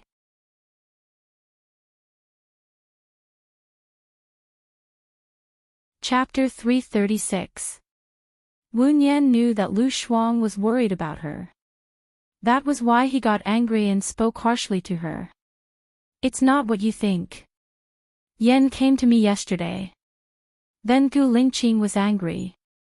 When she hit Yen, I was protecting her and she hit me by accident. Woon-yen explained softly. You can be injured all over if you are not careful. Sister, you can't see your back, and I can't either. You are lying. Lu Shuang was annoyed. Seeing that Lu Shuang was serious, Woon-yen sat up and held Lu Shuang's hand. Believe me, I am fine. Hurry up and look at yourself in the mirror. Your eyes are still red and swollen. You have had surgery on your eyes. You are hurting yourself by crying like this. Lu Shuang urged Woon-yen and helped her up. Woon-yen went to the washroom and looked at her red and swollen eyes. She had cried too much last night. No wonder Lu Shuang didn't believe that she was fine. Woon-yen sighed. She brushed her teeth, washed her face, combed her hair, and came out. Lu Shuang waited outside and sighed. He couldn't bear to blame her anymore. What are you going to do next? Next, I don't want to think about anything else. I just want to accompany my good sister on a happy trip. Woon-yen said with a smile. When we come back from the trip, I will ask Shen-yen to tell her that you can teach in Yan's school. Lu Shuang continued Woon-yen's words. Woon-yen looked at Lu Shuang gratefully, but she also felt a little guilty. Thank you. Lu Shuang put his arm around Woon-yen's shoulder. You are welcome to trouble me. I will be angry if you don't trouble me. Don't be alone when you are sick. I only have you now, and you only have me. Do you understand? Woon-yen nodded and said worriedly, do you want to reconcile with your parents? After all, it's not your fault. You were forced to do this. Don't. If they knew that Shen-yen and I have this kind of relationship, they would probably die of anger. Besides, falling out with them is also to protect them, in case Shen-yen does something to my parents. Sigh, let's not talk about this anymore. I'll go buy breakfast for you. Lu Shuang walked towards the door. Woon-yen held Lu Shuang's arm and said, I should be able to leave the hospital now. Let's go together. All right. Woon-yen went out to find a doctor to write his discharge summary. She dialed Gu Lingqing's number. Hello, Mr. Gu, this is Woon-yen. What is it? Gu Lingqing asked coldly. Hearing his tone, her heart turned cold. She said in a low voice, I'm going through the discharge procedures now. You don't have to come over. I'm already at the door. Tell Xiao Yan. Gu Lingqing hung up the phone after he finished speaking. Woon-yen glanced at his phone. Gu Lingqing's bad temper was really stubborn. He was the one who was wrong. Fine, he was still acting all high and mighty. Woon-yen took a deep breath to regulate her emotions. Go back and drink more water. The wound has already scabbed. If it's itchy, try not to scratch it. I've prescribed some vitamins for you to relieve the itching symptoms. Also, don't drink alcohol and eat spicy food. If you have any symptoms of fever, see a doctor immediately, the doctor said. Okay. Thank you, doctor. Woon-yen took the discharge summary and went back to the ward. When she passed the elevator, she saw Gu Lingqing and Xiao Yan coming out. Xiao Nian. Gu Yan shouted happily and ran towards Woon-yen. Gu Lingqing frowned slightly. She pulled Gu Yan back and reminded, Auntie. The corners of Wu Nian's mouth curled up as he answered, yes. Gu Lingqing was speechless. He looked at Wu Nian. Wu Nian's eyelids drooped as he looked at him lazily with a hint of provocation. Gu Lingqing was displeased. Don't you have something to tell Xiaoyan? Wu Nian's eyes dimmed. No matter how he provoked her, she would not be able to defeat him. So what if she had vented her anger? She still had to face the predicament. She squatted down in front of Gu Yan and said gently, Xiaoyan, I'm fine now. I'll be discharged soon. Don't worry about me. You'll be starting school tomorrow. Study hard and improve every day. Xiaoyan looked at Gu Lingqing and asked pitifully, are you really not going to hire Xiaoyan? She's not suitable. Dad will find you a better one, Gu Lingqing said coldly and resolutely. Wu Nian stood up expressionlessly. Ha! Lu Shuang sneered. I was wondering why he wasn't back yet. Turns out he met a beast. Gu Lingqing glanced at Lu Shuang sharply. Then you should have asked your friend to stay away from me. What I regret the most is that I didn't ask Baiya to stay away from you. If it wasn't for you, she might not have died, Lu Shuang said angrily. She's dead in your hearts, but not in mine, Gu Lingqing said coldly. You'll regret what you did today one day, Lu Shuang said meaningfully. Really? Gu Lingqing asked and held Gu Yan's hand. Xiaoyan, we should go. Gu Yan looked at Wu Nian. Wu Nian looked at him with a gentle smile. Gu Yan lowered his head and followed Gu Lingqing into the elevator. He turned around and looked at Wu Nian again. Wu Nian was still looking at him with a smile. She waited for the elevator door to close in front of her. If Gu Lingqing knows that you're Lu Shuang. Wu Nian interrupted Lu Shuang, looked at her and reminded, don't have such thoughts. Promise me, he will never know. Even if he knows, you won't tell him. Lu Shuang sighed. Let's go. We'll have breakfast first and then send you back to the hotel. I'll go back and make some arrangements. We'll leave for Chile tomorrow. The hotel should have a buffet breakfast at this time. Let's eat in the hotel. Lu Shuang sent Wu Nian to the hotel. When they passed the lobby, the receptionist stopped Wu Nian. Miss Wu, you paid for your room on Saturday. Are you still going to check in today? Didn't I use my credit card? Can't I just stay for a few days and pay the bill for a few days? Wu Nian was puzzled. No, a man paid the bill for you until Saturday, the receptionist explained. Wu Nian understood. She and Gu Lingqing had agreed to go to work on Sunday. Gu Lingqing paid for her on Saturday. He was probably investigating her spending power. Got it. I'll stay for one more night. I'll check out tomorrow, Wu Nian said in a low voice. A man paid for you. Who is he? Lu Shuang asked nosily. Wu Nian glanced at Lu Shuang. Gu Lingqing. Oh, him. Then I don't look forward to it at all. Lu Shuang sighed again. They walked to the elevator. Ding. The elevator rang. Su Jiran came out of the elevator with a beautiful woman in his arms.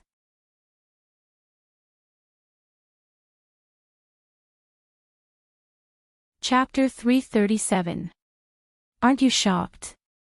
Her voice is exactly the same as Bai Ye's, Lu Shuang said with a smile and looked at Su Jiran meaningfully. Su Jiran looked at Lu Shuang and a lot of information flashed through his mind. Was it Shiniyan who took Bai Ye away? After Bai Ye disappeared, one of my researchers also disappeared. If Bai Ye has been taking the medicine, it's possible for her to survive. You have a rich imagination. Don't try to do anything to my friend, Lu Shuang warned and pulled Wu Nian into the elevator. Su Jiran's chest was moving up and down violently. He looked at Wu Nian's expressionless face. Shock, and in the shock, there was also joy in his subconscious. Wu Nian raised his eyes and looked at Su Jiran. His calm eyes were calm. The elevator door closed. Su Jiran's ability is higher than Gu Lingqing's. I was scared to death just now. Touch it, my palms are sweaty, Lu Shuang said with lingering fear. It's useless to be afraid. The calmer you are, the less suspicious he will be. Besides, my bone marrow has been changed.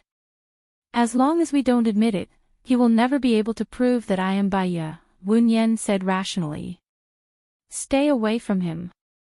In my opinion, Su Jiran is scarier than Gu Lingqing.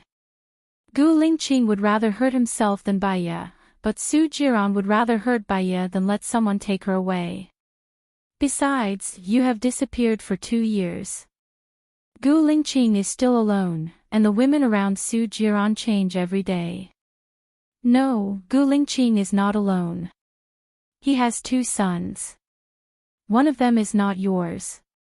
It belongs to Zhou Hailan, and he is no longer your lover. Shuang complained.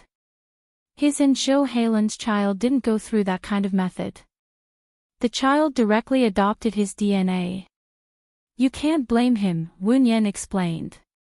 Look, you're still speaking up for Gu Lingqing.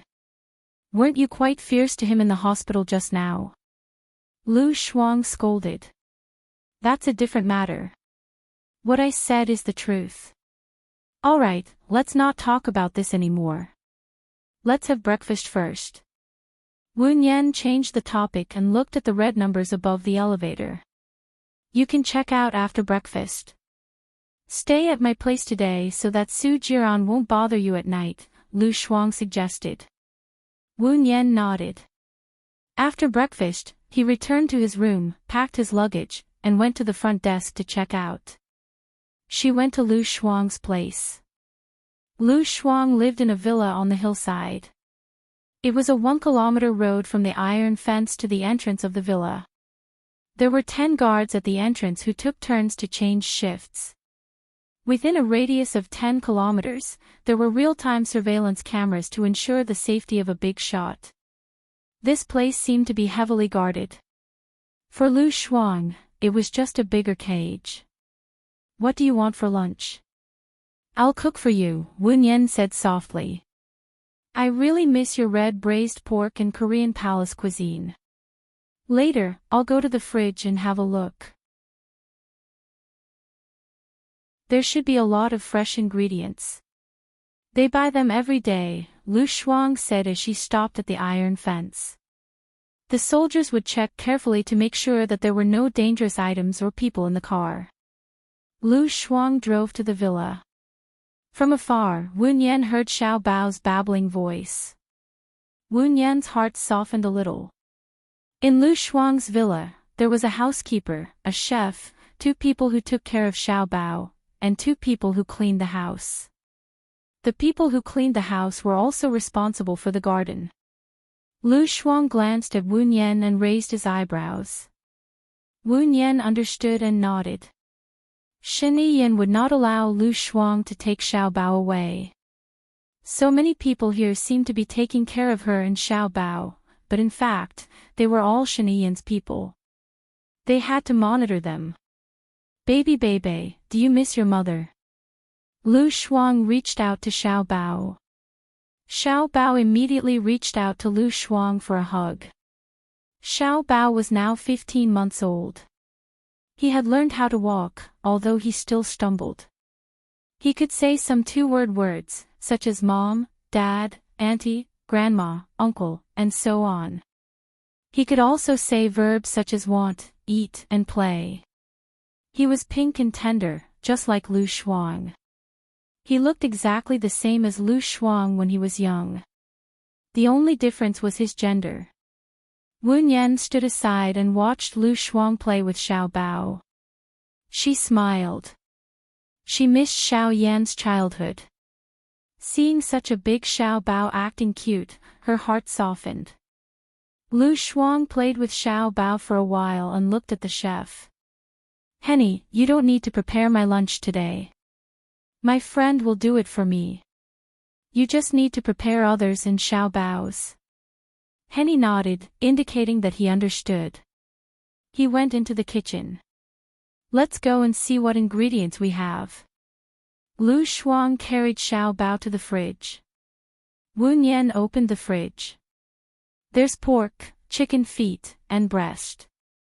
I'll make you braised pork, boiled chicken feet, and curry chicken cubes. How about that? I want to eat now.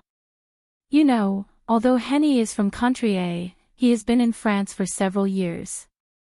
The dishes he makes are all French. I'm not used to it, Lu Shuang complained. Do you want to talk to Shini Yen and get a chef from country A? Wu Nian suggested. Shini Yen likes country A. He's so picky. I don't know how his wife can stand him. Lu Shuang rolled his eyes. Eat, eat, eat. Xiao Bao pointed at the Yangla milk in the fridge with his small finger. He was drooling. Hey, you little glutton. I don't know who you look like, but you're drooling when you talk, Lu Shuang said suspiciously, but he still patiently wiped the corner of Xiao Bao's mouth with a tissue. Wu Nian glanced at Lu Shuang. Who does he look like? Hee, isn't he a copy of her? She took out the Yangla milk from the fridge. This needs to be heated up for the young master to drink. And Yang, who was taking care of Xiao Bao, immediately took the Yangla milk from Wu Nian's hands. Lu Shuang shrugged. Let her heat it up. I'll feed it. Xiao Bao likes his mother more. Am I right, Xiao Bao? Xiao Bao's eyes were fixed on the Yangla milk. He licked his lips with his red tongue, looking exceptionally adorable. Lu Shuang tapped Xiao Bao's nose. You, whoever has milk is your mother. What should I do with you? Xiao Bao is still young, Wu Nian said softly. Lu Shuang handed the child over to Aunt Zhang, who was taking care of Xiao Bao. He pulled Wu Nian into the room and closed the door. He said softly, for safety reasons, I'll book another plane ticket tonight. It's not enough. We'll have to transfer to country X. Is that okay? Wu Nian nodded. Understood. In order to not arouse the suspicion of the security guards, I'll put my luggage in your luggage. When we arrive at country X, I'll buy more.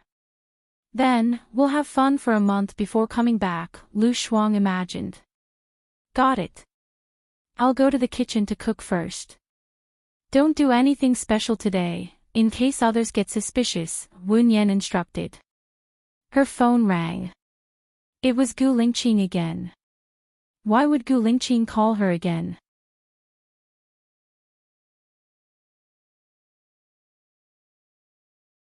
Chapter 338. Xiao Nian, it's me, Xiao Yan. I stole my dad's phone to call you. My dad is in a video conference. Gu Nianji lowered her voice. When Wu Nian heard Gu Yan's voice, her heart warmed as if she was basking in the sun in winter. She couldn't help but smile. What are you doing now? What are you having for lunch? Wu Nian asked with concern. I'm calling you now. I don't know what to have for lunch. Dad will probably take us to a restaurant. Xiao Nian, can I call you often? Gu Yan asked carefully. Of course. After Wu Nian said that, she thought for a moment.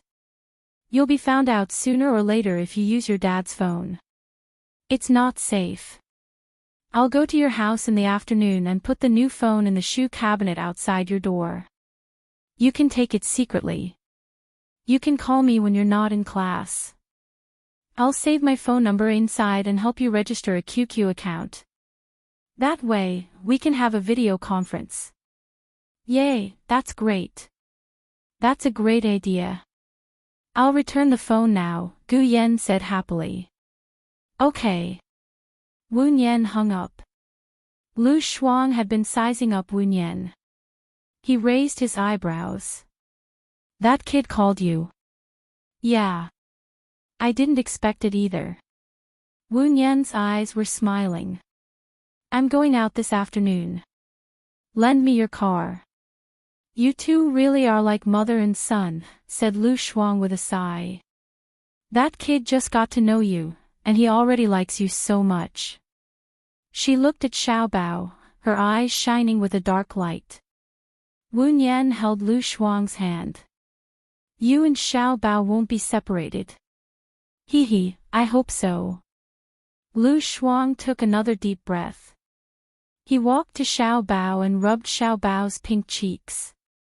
If possible, I want to give him an ordinary family. Because the room was full of Shaniyan's people, Wu Nian didn't say anything.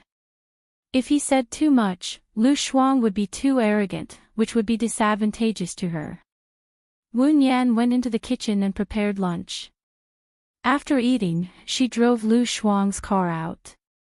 She first applied for a new SIM card at the mobile business hall and bought a new phone. She entered her number and saved it.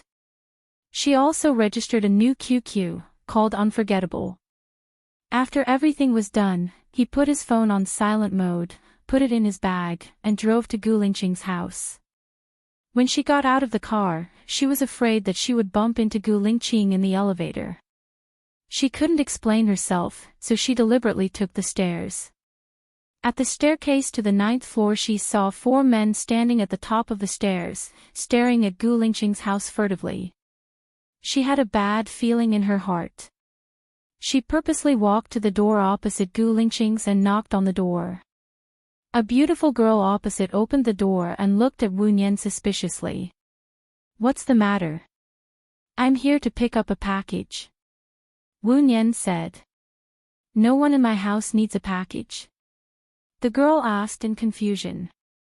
Wu Nian took a step back and tilted her head to look at the house number. Sorry, I got the wrong house. She knocked on Gu Lingqing's door again. It was Gu Yan who opened the door. He looked at Wu Nian in surprise. When he was about to say something, Wu Nian interrupted loudly. Little boy, I'm here to pick up a package. Are your parents home? Package? Gu Yan was puzzled and looked at Wu Nian blankly. Wu Nian entered the door and said to Gu Yan in a low voice, close the door. Gu Yan obediently closed the door. Xiao Nian, why are you back? Wu Nian stuffed the phone into Gu Yan's hand. Hide it. When Gu Lingqing came out of the study, Wu Nian immediately stood in front of Gu Yan, blocking Gu Lingqing's sight. Because of her guilty conscience, her face was as red as a peach. Why are you here? Gu Lingqing asked suspiciously. When I went back yesterday, I found that the earring was missing. I guessed that it might have fallen in your house, so I came to look for it. By the way, when I came up the stairs, I saw 2 people sneaking around at the entrance of the corridor. They were staring at your door. You'd better find someone to check it out. Wu Nian said the main point of her knocking on the door. If she hadn't found that there was something strange outside, she would have just put the phone in the shoe cabinet outside and left. You climbed the stairs to the 9th floor. Gu Lingqing squinted his eyes and examined her. Wu Nian saw that he didn't trust her and was a little annoyed. She really didn't know what was good for her. I usually climb the stairs to lose weight. Now that your house is being monitored, this is the main point. It's up to you whether you want to investigate or not. Also, call me when you find the earring. I have something to do, so I'll leave first. Wu Nian turned around. Gu Lingqing sneered. You're young, but you have a big temper. Look for it yourself. If you can't find it, your earring won't be here. Wu Nian looked at him. I'm sorry, I'm already 28. I'm not young anymore. Gu Lingqing looked at her calmly. You also know that you're not young anymore, but you're still so hot-tempered. Didn't your past experiences and hardships teach you to be calm? Have you fed them to the dogs? Wu Nian pursed her lips tightly. She felt that there was a fire rising in her, and there were flames dancing in her eyes. He was scolding her in a roundabout way. He had a problem with her, and whatever she said was wrong. The older she got, the thinner her skin became, and the stronger her self-esteem became. She felt really pissed off, but there was a pent-up anger in her chest that she could not find an outlet for. She did not wear earrings in the first place, and looking for the earring was just an excuse. She did not want to stay there any longer, so she turned around and headed to the kitchen to look for it symbolically. From the corner of her eye, she caught sight of Gu Lingqing at the entrance of the kitchen. Since it's not here, it shouldn't have fallen here. Gu Lingqing reached out and pinched her earlobe. Wen Yan felt a sharp pain on her ear as she instinctively slapped his hand away and glared at him in displeasure. Gu Lingqing was still holding an earring in his hand as he handed it over to her. Xiao Nian said that there's a pair of earrings in my room. The kids must have seen it and taken it to play with. Wen Yan scoffed out. She did not wear earrings at all, and she did not think that given her current relationship with Gu Lingqing, he would go out of his way to buy a pair of earrings for her. As for the kids taking it to play with, that was even more impossible. Xiao Yan and Ruoxin were both boys, so why would they play with earrings? Since the earring had fallen in his room, that woman's relationship with him was probably close enough for them to enter the bedroom, or at least, have an even more intimate relationship. Wen Yan took off the earring and returned it to Gu Lingqing. I'm sorry, this pair of earrings isn't mine. Gu Lingqing furrowed his brows. If it wasn't hers, then whose was it? Zhou Hailan did not wear earrings because his skin was prone to allergies. Wen Yan walked past him coldly and stopped in her tracks. There were some things that had to be said. She glanced at Gu Lingqing. Mr. Gu is in the prime of his life, and he's been widowed for many years. It's normal for him to have some physiological needs. But, after all, you have 2 kids in such a small place, and it's not suitable for you to live at home. I suggest that you go to a hotel to relieve yourself.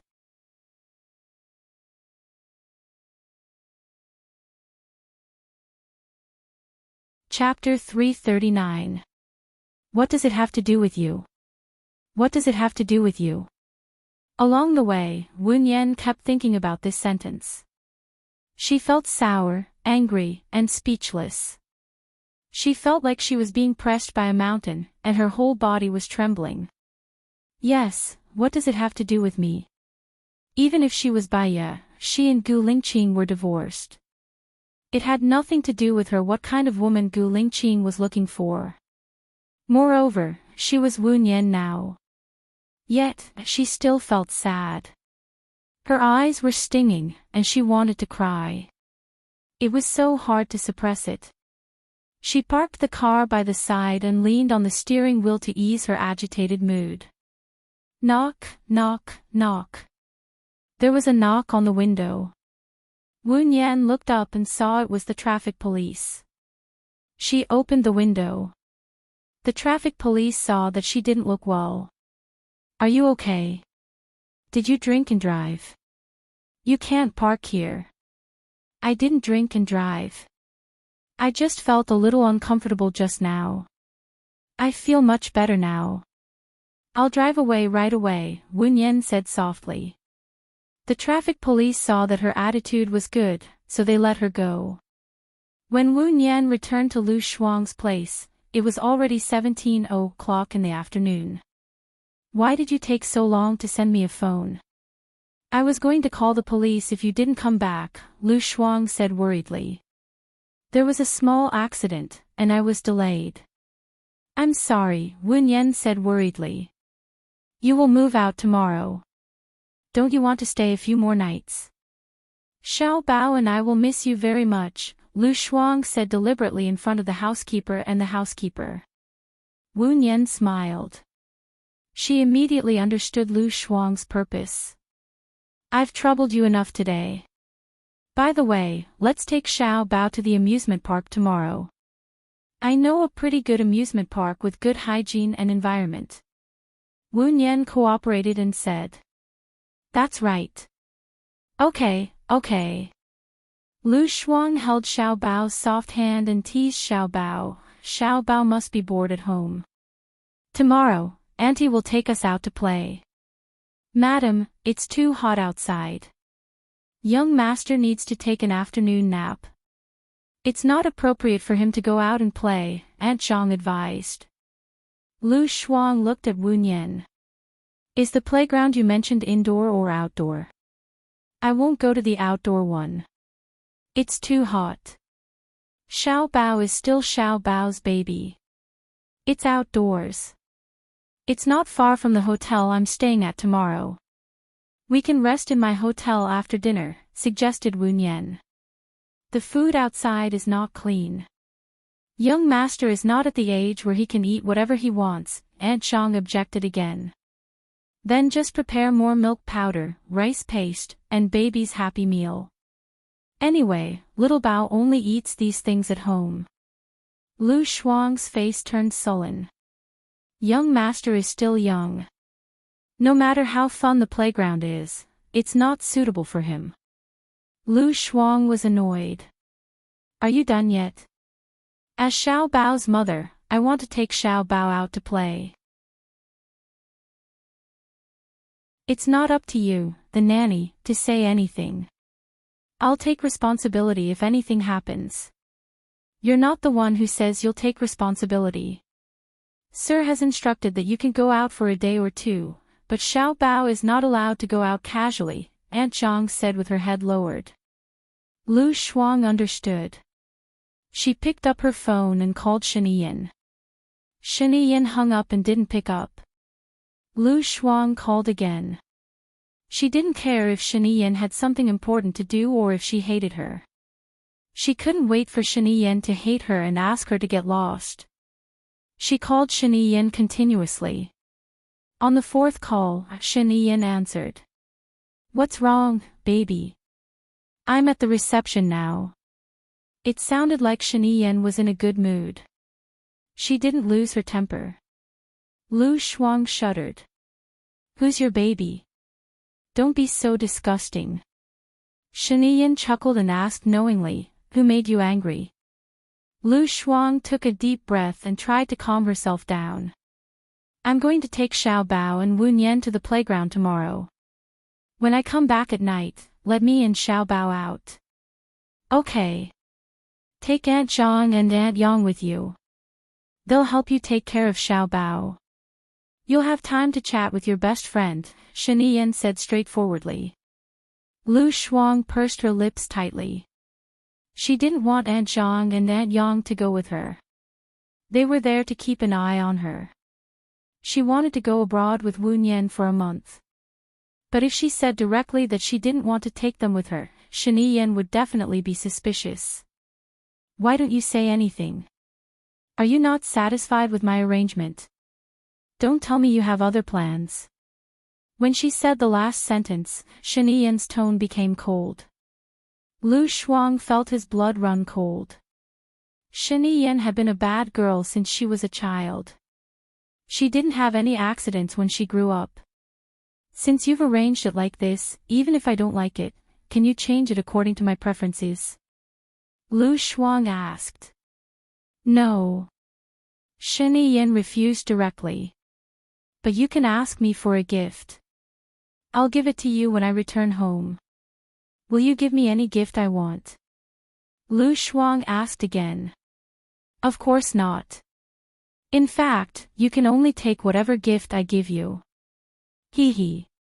Shiniyan's mood brightened. Hee hee. Lu Shuang also laughed. His laughter was cold, with a bit of mockery and perfunctory tone. She directly hung up the phone. Pooh. I don't care what you give me. Wu Nian looked at Lu Shuang worriedly. He didn't agree. He agreed. Let Aunt Zhang and Aunt Yang go with us. Lu Shuang helplessly held Wu Nian's hand and ordered Henny, send dinner to my room. Yes. She took Wu Nian to the room, locked the door, and complained, Shiniyan is a fascist. He deliberately asked Aunt Zhang and Aunt Yang to spy on us. What a jerk. Tomorrow, you take Xiao Bao to the toilet and then leave through the elevator. Wait for me at the airport. I wonder why you haven't come back yet. It's better to do it half an hour before boarding the plane. That way, it'll be easier for you to run away. Wu Nian suggested. That's the only way. What about the luggage? Are you going to check into the hotel first and then check out? Lu Shuang asked. Let's go to the amusement park first. You guys play first. I said I'm going to the hotel, but in fact, I'm going to check my luggage at the airport. I remember that the airport doesn't allow big things to be brought on the plane, and the check-in has to be done 1 hour in advance. Lu Shuang thought for a while. Forget it. We'll just carry a backpack for summer clothes.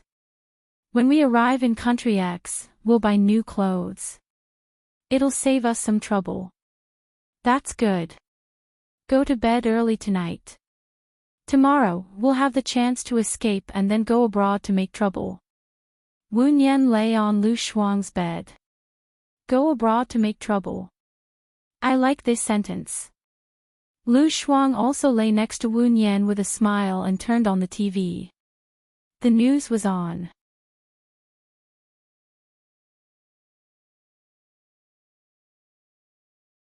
Chapter 340. What's wrong? Lu Shuang asked worriedly. Room 901, Block 82 of Wisteria Garden is where Gu Lingqing lives. Wu Nian murmured. Her heart was beating fast, and the person she met at the entrance of the corridor flashed through her mind. She felt restless, got up from the bed, and subconsciously dialed Gu Lingqing's number. She wanted to know if they were safe. The phone rang, and she remembered Gu Lingqing's words. What does it have to do with you?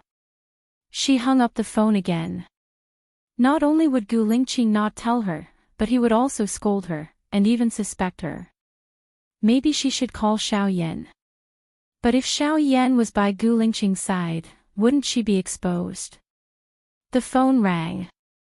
She saw that it was Gu Lingqing calling back. Her back stiffened, and she swallowed her saliva. What's the matter? Gu Lingqing asked coldly. His voice was low and hoarse, as if he was suppressing his temper that was about to explode. That. Have you found the owner of the earring? Wu Nian found a topic and asked. The girl opposite me. She came to play last time and left it at my place. Gu Lingqing said in a low voice. Oh. Wu Nian answered, lowered her eyes, and thought of the beautiful girl opposite Gu Lingqing's house. She would come to his room to play. It seemed that they had a good relationship. Is there anything else? No more hanging up. Gu Lingqing said coldly and harshly. She heard the impatience in his tone. He was already impatient with her, so why was she afraid that he would suspect her? I saw the news on TV that your house was on fire. Is your family okay? First of all, the fire at my house has nothing to do with you. Secondly, don't you think that you care too much? With your identity, even if my house is on fire, the safety of my family has nothing to do with you. Gu Lingqing said coldly. Wu Nian held the phone tighter. She took a deep breath, and then another deep breath. She knew that she would get such an answer when she called Gu Lingqing. Seeing that she informed him that he was being monitored, he shouldn't have such an attitude. Unfortunately, there was no such thing as should or shouldn't in this world. The only thing that mattered was whether others wanted to or not. I really don't see eye to eye with you. Wu Nian hung up the phone and threw it on the bed. Lu Shuang looks at Wu Nian. Are you mad at Gu Lingqing again? Gu Lingqing's personality is like that. Back then, when I was in the military, I always took a detour when I saw him from afar. His temper is unusually bad. I really don't understand how you could fall in love with someone like him. He's a little gentler. It doesn't match at all. Wu Nian lowered her eyes. The scene of him sacrificing himself to save her flashed across her mind, and the scene of him smiling at her. Her emotions gradually calmed down. He treats me well, Wen Yan said softly and sat next to Lu Shuang. He. Lu Shuang denied it with a smile. He placed his hand on Wen Yan's shoulder and said bluntly, "That's because the Su Jiran you met was worse. So, as long as there's a man who's slightly better than Su Jiran, you'll feel good." Wen Yan's eyes became misty. She fell onto the bed and stared at the white ceiling. Was it because she and Gu Lingqing hadn't seen each other for too long? It had been so long that she had forgotten how much they loved each other in the past. Her heart was aching because of the memories, the reality, and the helplessness. It was so painful that she closed her eyes. Tears flowed out and wet her cheeks. "Xiao Bai, are you crying? Are you still in love with Gu Lingqing?" Lu Shuang asked, his heart aching. Wen Yan opened her eyes. Her eyes were red. She smiled. "I'm crying because I'm reminded of the past. There's no love in my heart anymore. You know. Don't be so pessimistic. There's a cure for your illness. You had to take injections every month in the beginning. Now, you don't have to take injections for half a year. Science is improving. As for your physique, you'll slim down after you stop taking the injections. I think you're much thinner than you were 2 months ago." Lu Shuang encouraged. Wen Yan smiled. She didn't care about her physique or her appearance. She wanted to be healthy. But if she couldn't even be healthy, she would just go with the flow. She wouldn't force it. After experiencing life and death a few times, she might have seen through it. Her phone rang. She saw that it was Gu Lingqing and picked it up suspiciously. "What's wrong?" "I feel that there's still something unsaid," Gu Lingqing said in a low voice. "Say it. You won't be able to hear anything good from Mr. Gu." Wen Yan was mentally prepared. "Today, a girl from the other side came over to play. I went to deal with the people who were watching me outside. The girl made wontons for the children, but I forgot about it and caused a fire. Fortunately, it's not serious. Thank you for telling me that there's someone watching me. But this matter ends here. In the future, there's no need to contact me again," Gu Lingqing said coldly. "Got it." Wen Yan hung up the phone in front of him and pulled Gu Lingqing's number into the blacklist. Lu Shuang looked at Wen Yan. "Are you sure you won't contact him again?" "I came back to take care of Xiao Yan. Not seeing Gu Lingqing might be a good thing," Wen Yan said calmly.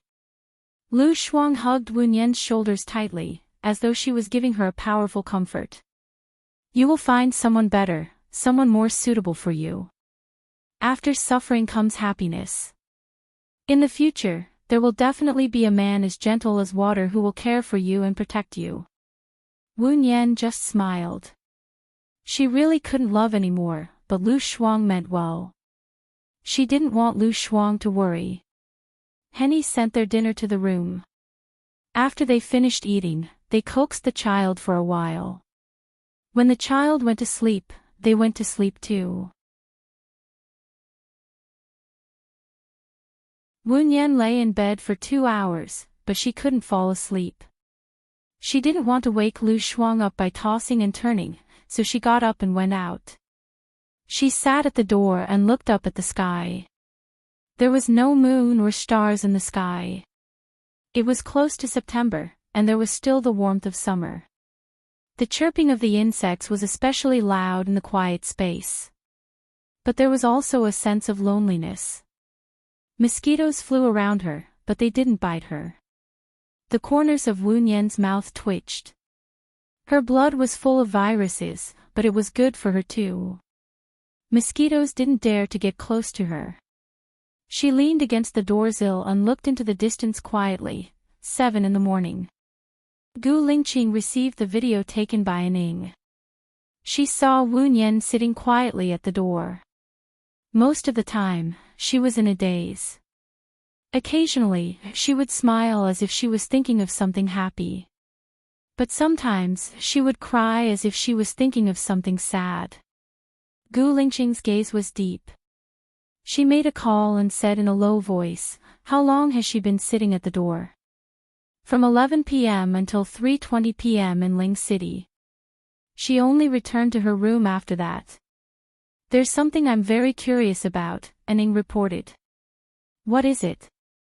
Gu Lingqing was puzzled.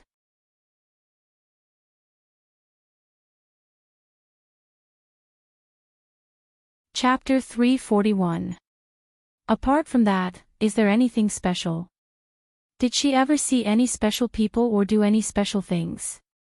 Gu Lingqing asked. He didn't think that there was anything special about not being bitten by mosquitoes. Because he had 2 children, he would stick mosquito repellent on them when he brought them out. It was quite effective. "Not yet. Do you need us to follow them?" And Ying's men asked. Gu Lingqing was silent for 3 seconds. He looked at Xiao Yan who was brushing his teeth and said in a deep voice, "Not for now." "Thank you." There was a knock on the door. Gu Lingqing opened the door. Song Shiyu stood at the door and smiled lovingly. "Is Xiao Yan awake?" Gu Lingqing nodded. "He's brushing his teeth now." "Xiao Axian must be awake already. They have class at 8:30 and the teacher wants them to be there before 8:20. Leave the children to me. Don't worry. You should have come to me earlier. Nannies are not as considerate as family," Song Shiyu said. "I'm busy these days. I have to go abroad to deal with some things. When I'm back, I'll find someone to take care of them and then move out." "Thank you for taking care of them these days," Gu Lingqing said indifferently. "Why are you moving out? Don't you trust me to take care of them?" Song Shiyu was unhappy. "Baiya will come back one day. I think the children will move out one day too. You'll be even more reluctant then," Gu Lingqing said straightforwardly. Song Shiyu tightened his grip. "Lingqing, be realistic. Baiya won't come back."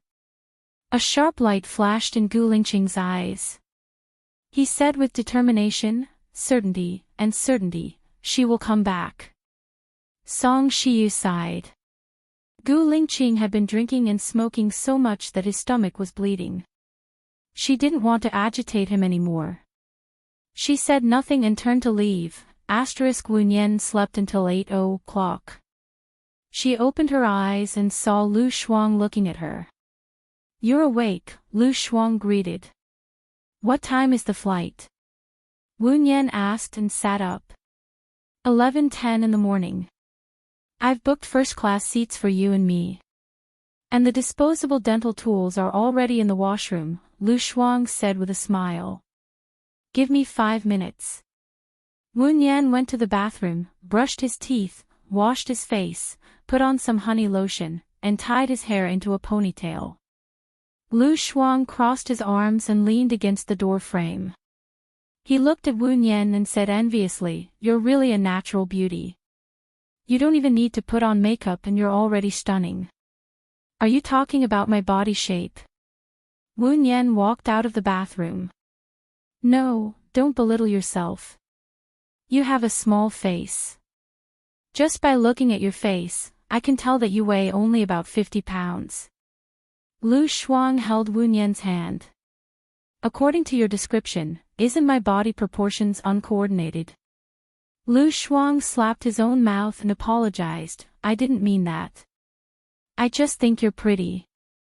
"I wasn't born with it," Wu Nian said lightly. Lu Shuang looked at Wu Nian and said, "You used to be pretty too. Let's go, my dear Shuang. We don't have much time to waste." Wu Nian ended the topic. They went straight to the amusement park. It took 1.5 hours to get to the amusement park from Lu Shuang's place. Lu Shuang glanced at the time in the car. He frowned and looked at Wu Nian. Wu Nian nodded slightly. Xiao Nian, which floor is the amusement park on? I'll take my son to the washroom first, Lu Shuang said. The 5th floor, the furthest side.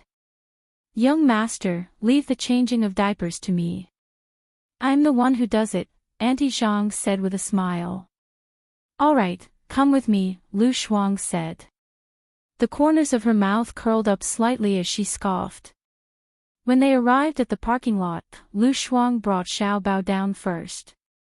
Auntie Zhang immediately followed them. Lu Shuang brought the child to the washroom and threw the diapers into the washroom. After that, she rummaged through the bag and asked, "You didn't bring the diapers?" Auntie Zhang was surprised. "I did." She also rummaged through the bag, but she couldn't find the diapers. "I'll call Auntie Yang and ask her to buy them," Auntie Zhang said. "Hurry up. Don't let Xiao Bao catch a cold." Lu Shuang carried Xiao Bao. Auntie Zhang called Auntie Yang, but she couldn't get through. She called 3 times but still couldn't get through. "Did you get through?" Lu Shuang urged impatiently. "Maybe they're still in the parking lot." "There's no signal," Auntie Zhang explained. "It's been 10 minutes. How could they not be out of the parking lot? Hurry up and buy the diapers." "There's a supermarket on the 1st floor," Lu Shuang ordered. Auntie Zhang glanced at Xiao Bao and said worriedly, "Why don't we go together? It'll be faster if we buy the diapers." Xiao Bao is so shameless. "There's no washroom on the 1st floor. There's only one on the 2nd floor. You know Xiao Bao's identity. Hurry up and go." "I should ask Shani Yan to fire you," Lu Shuang said angrily on purpose. "All right, madam, wait for me here," Auntie Zhang said and went out quickly. Lu Shuang stretched her neck and saw Auntie Zhang go down to the 1st floor. She smiled slyly. She went down the stairs of the emergency passage and rushed to the road. She called a taxi and called Wu Nian. Then she hung up and said to the driver, "Please go to the east gate. I need to pick up my friend." The taxi drove to the east gate and Wu Nian came out. Lu Shuang waved his hand. Wu Nian got in the car immediately. "Sir, take me to the airport as fast as you can. I'll give you 100 as a tip." Lu Shuang patted the seat where the driver was sitting and said. "Okay." The driver started the car. Lu Shuang let out a sigh of relief. "Do you know how difficult it is to deal with Auntie Zhang? She won't leave Xiao Bao. No wonder she's his henchman. Auntie Yang is fine. I told her that my phone was out of battery and asked her to lend it to me. She lent it to me immediately. I blacklisted Auntie Zhang. He, I guess they're going to die of anger. Ha ha ha ha ha." Lu Shuang laughed and leaned back on the seat. Wu Nian took out a diaper from his bag and handed it to Lu Shuang. "Hurry up and use it on Xiao Bao. Otherwise, you'll be in deep sorrow soon." Oh.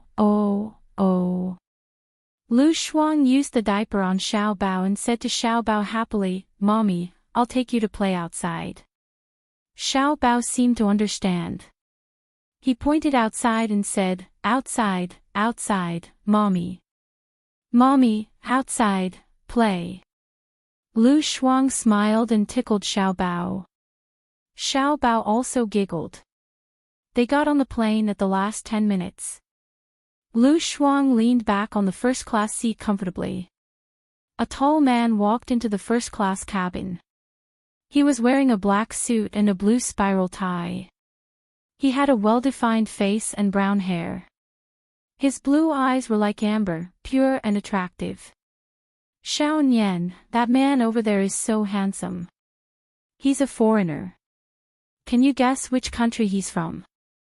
Lu Shuang asked Wu Nian beside him.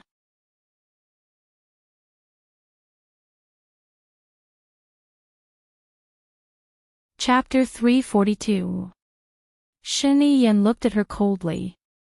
Lu Shuang didn't know what to say. She was afraid that the air would suddenly become so quiet that it made her hair stand on end. This kind of cold violence was like a low pressure, making it hard for her to breathe. She looked at him and said, "I'm just out for a few days." "What are you doing? Playing for a few days or a few months?" "Lu Shuang, I know what you're thinking if you blink. Don't play tricks in front of me," Shen Yiyan said angrily. Lu Shuang slammed the coffee table and said, "What's wrong with me playing for a few months? Can't I? Only high-ranking officials like you are allowed to do whatever you want, but I'm not allowed to light a lamp." "Are you trying to light a lamp? You're rebelling," Shen Yiyan said sternly. "So what if I'm rebelling? You want to kill me? Come and kill me." Lu Shuang was so angry that her eyes were burning. Shen Yiyan held her chin with too much force, causing the flesh on both sides of her face to bulge. Lu Shuang struggled to get rid of his hand. The more she turned her head, the more her face hurt. It was so painful that her face felt numb. She glared at Shen Yiyan angrily. "Move again." "Why aren't you moving?" Shen Yiyan asked. Lu Shuang pursed her lips. Although she didn't move, her eyes were filled with silent protest. Shen Yiyan lowered his head and kissed her on the lips. Lu Shuang pushed him, but he didn't budge. She was so anxious that her nose was covered in sweat. Shen Yiyan kissed her for 3 minutes before letting her go. The two of them stared at each other. "Can you be a little more obedient? You've already given birth to my child, but you only know how to run away." Shen Yiyan frowned and said.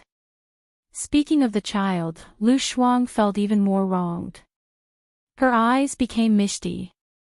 He raped her and made it look like he had taken protection. Otherwise, she would have taken the medicine. After she knew that the child was his, she did not want it, and he sent people to arrest her.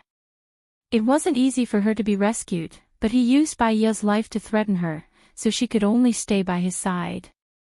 God knew how unwilling she was. The person she hated the most was Shen Yiyan. She hated him when she was young, and hated him even more when she grew up. Seeing that she was about to cry, Shen Yiyan couldn't bear to let go of her hand. She frowned and said, "If you had been a little more obedient, I wouldn't have hurt you. Now you deserve it." Lu Shuang clenched his fists and held back his tears stubbornly. He complained, "I just want to go out and play. Why don't you let me? I want to go out and play. I'm alone at home every day. It's like I'm locked in a cage. If you're not crazy, I'm going crazy. I don't object if you want to go out and play, but what if you get kidnapped when you go out without any preparation? Once the arrangements are made, I will naturally bring you out," Shen Yiyan promised. "Why do I get kidnapped when I go out? Why do I have to live in fear? I don't even have freedom. There are people watching me at home and outside. What's the difference between this and a kidnapping?" The more Lu Shuang spoke, the sadder and more aggrieved she felt. "You are my woman, and Xiao Bao is my son. They are not watching you, but protecting you. Really? I have to report everything I do. Is this protection? I don't have freedom of movement. Is this protection? If a person's freedom is restricted, then I might as well die." A cold light flashed across Shen Yiyan's eyes. She held Lu Shuang's shoulder and said, "What are you talking about? Tell me properly." The evil aura around him was too scary. It was even scarier than death. Lu Shuang pursed her lips and clenched her fists so tightly that her nails dug into her palms. Could she really die? No. If she died, Shen Yiyan would definitely not save Wu Nian. She was just too emotional and said too much. But the words that she said were like spilled water.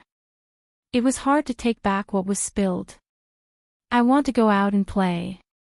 Lu Shuang lowered her head. In the end, she felt so wrong that she couldn't even express her true thoughts. She shed tears. Seeing her cry, Shen Yi's hard heart softened. She wiped her tears with her thumb and said softly, "Why are you crying like a child? You are the mother of my child now. You are the president of a country. You said you were going to have a friendly interview with the M nation, but in the blink of an eye, you came to catch me." Lu Shuang wiped her tears handsomely. "So, you deliberately ran out when I was not here?" Shen Yin narrowed her eyes and looked at her. She didn't deny it and asked, "If you were in the country, would you allow me to go abroad?" Shen Yin curled his lips and answered with certainty, "Of course not." Lu Shuang didn't want to look at his annoying face anymore. She was afraid that if she looked at him again, her fists would be flying before her head. So she turned around and turned her back to Shen Yin. Shen Yin looked at the back of her head and said, "You really just want to go out and play, not run away." "Firstly, if I were to run away, I definitely wouldn't use my passport. I would make it so that you wouldn't be able to find me and know where I went. Secondly, Xiaobai still depends on you to cure him. I am not a person who goes back on his word," Lu Shuang said without turning her head. Shen Yin's heart tightened and his dark eyes became darker as if there was a scar hidden in them. If he couldn't find Lu Shuang, he would probably go crazy. "Don't say that I didn't give you a chance. Turn around and look at me," Shen Yin said with a deep voice. Lu Shuang turned around and looked at him. "I will give you a task. If you do it, I will allow you to go out and play with your best friend for a month. I will reimburse you for the expenses," Shen Yin said. "What task?" Lu Shuang's hope was ignited. "There will be an auction the day after tomorrow. I want you to buy an oil painting called A Girl in Dreams with a price between 1 million to 8 million. I will give you 10 million and you can take the remaining 2 million if you see anything that you like." Lu Shuang didn't think that Shen Yin was so easy to talk to. "How much is the starting bid for that oil painting? If you can't get it, you are not allowed to have other requests. It should be starting at 500,000. Shen Yin curled her lips and became coquettish, full of sexiness. "You are mine. What request do you think I will have?" Lu Shuang felt that Shen Yin's eyes were too dangerous. "Wu Nian is still out there. I will go and find her." She had just put her hand on the handle when Shen Yin held her hand and pulled her into his arms. "Aren't you blaming me for not keeping you company? Today and tomorrow, my time is all yours." When did she blame him for not keeping her company? She wished that he would never have time, okay? "Go away, it's too hot." Lu Shuang pushed her. Shen Yin hugged him even tighter. "In order to come to see you, I turned down the kindness of the king of country M. He wants to give me 10 beautiful women. Do you have any reward for me?" "Yes, please go back to country M immediately and accept the kindness of the king," Lu Shuang said bluntly. As soon as he finished speaking, Shen Yin lowered his head and kissed her.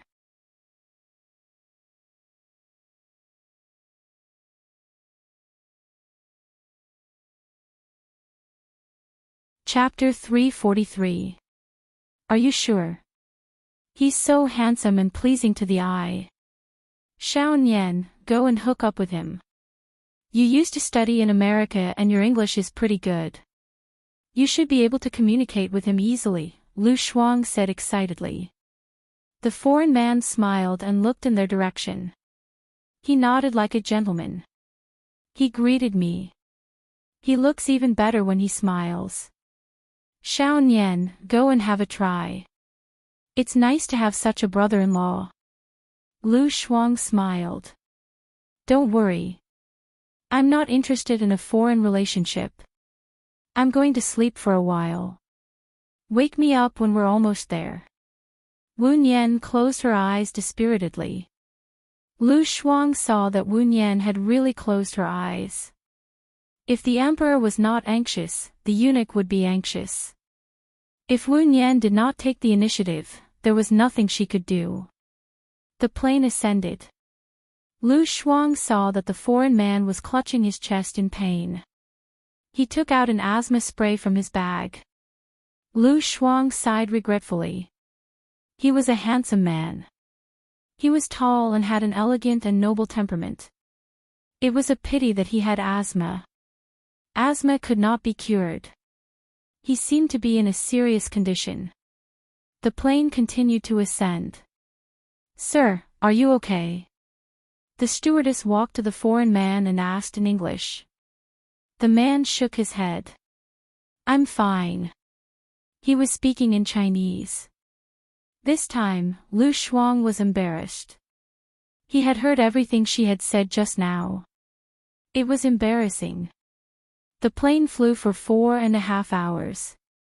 When it started to descend, Lu Shuang heard the heavy breathing of the foreign man again. She turned around and looked at the foreign man. He was inhaling the spray, but it did not seem to be getting better. He was coughing and his chest was pressing down. It was difficult for him to breathe and his lips were turning purple. "Xiao Nian, look. Is he dying?" Lu Shuang pushed Wu Nian worriedly. Wu Nian woke up. She opened her eyes and looked at the foreign man. The foreign man was frowning and pressing down on his chest. It was not normal. Wu Nian rushed over and untied the foreign man's clothes. "Miss, the plane is descending now. Please take a seat." The stewardess came over and said, "He has a pneumothorax. We need to deal with it in time. Otherwise, it will be very dangerous. Broadcast it to see if there is a doctor in this field on the plane. In addition, we need a needle. Use alcohol to disinfect it first," Wu Nian said urgently. The stewardess saw that the foreign man really needed emergency treatment, so she hurriedly went to broadcast. Wu Nian comforted her, "Don't worry. Take a deep breath, don't move, and don't be nervous. If there's no doctor, I know this too. You'll be fine." The foreign gentleman stared at Wu Nian, much calmer than before. The stewardess came over with a sterilized needle. "It has been broadcast. Unfortunately, there is no doctor on this plane." Wu Nian picked up the needle and pierced the foreign man's chest. The foreigner took a sharp breath. Wu Nian pulled out the needle. The foreign man could breathe normally again. Wu Nian looked at the stewardess and asked, "How long until we reach the ground?" "There's still 15 minutes left," the stewardess said.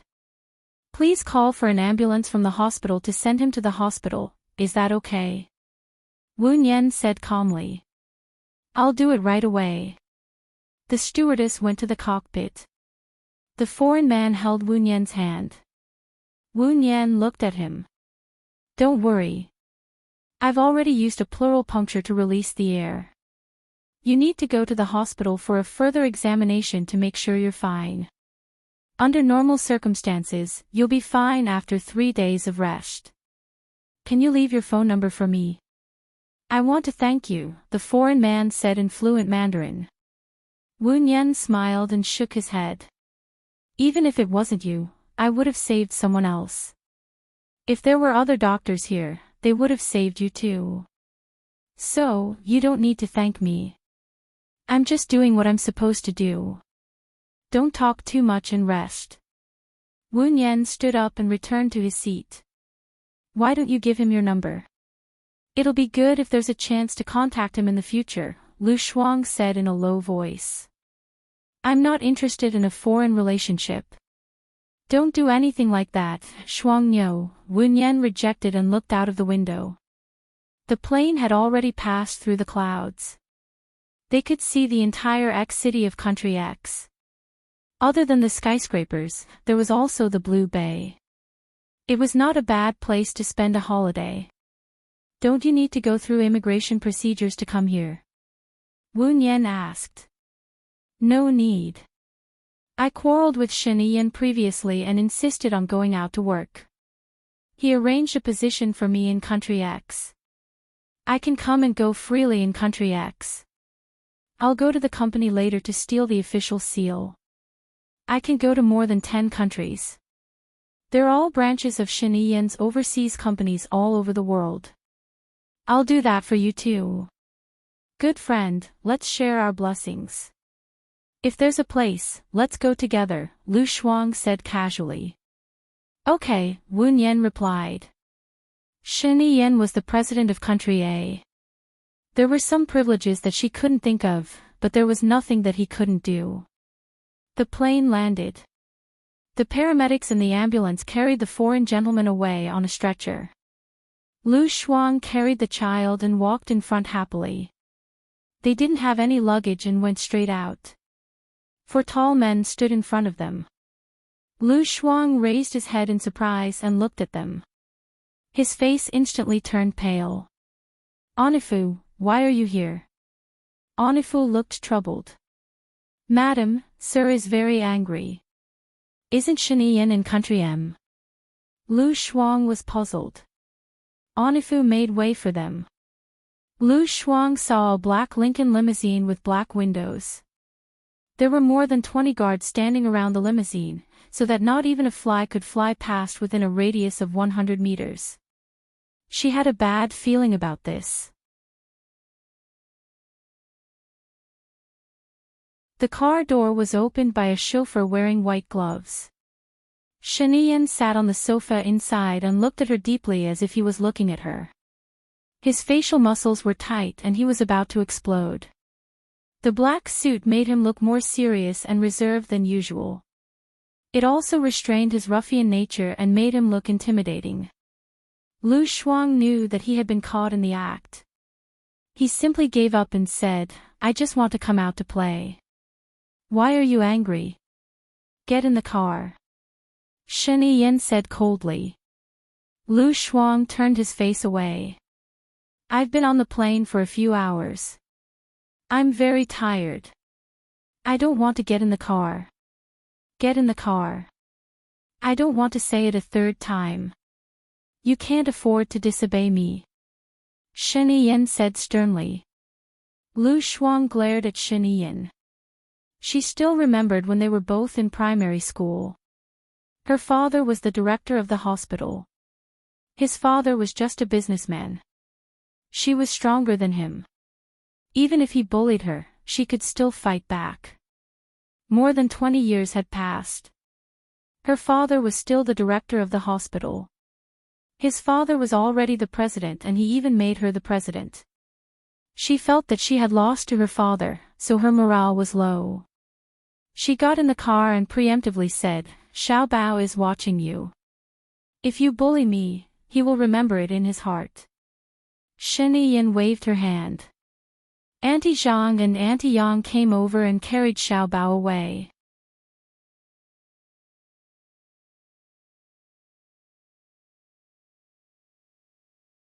Chapter 344. By the time Lu Shuang got out of the car, they were already at Shen Yan's secret villa in City X.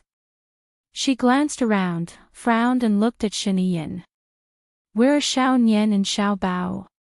Where did you take them?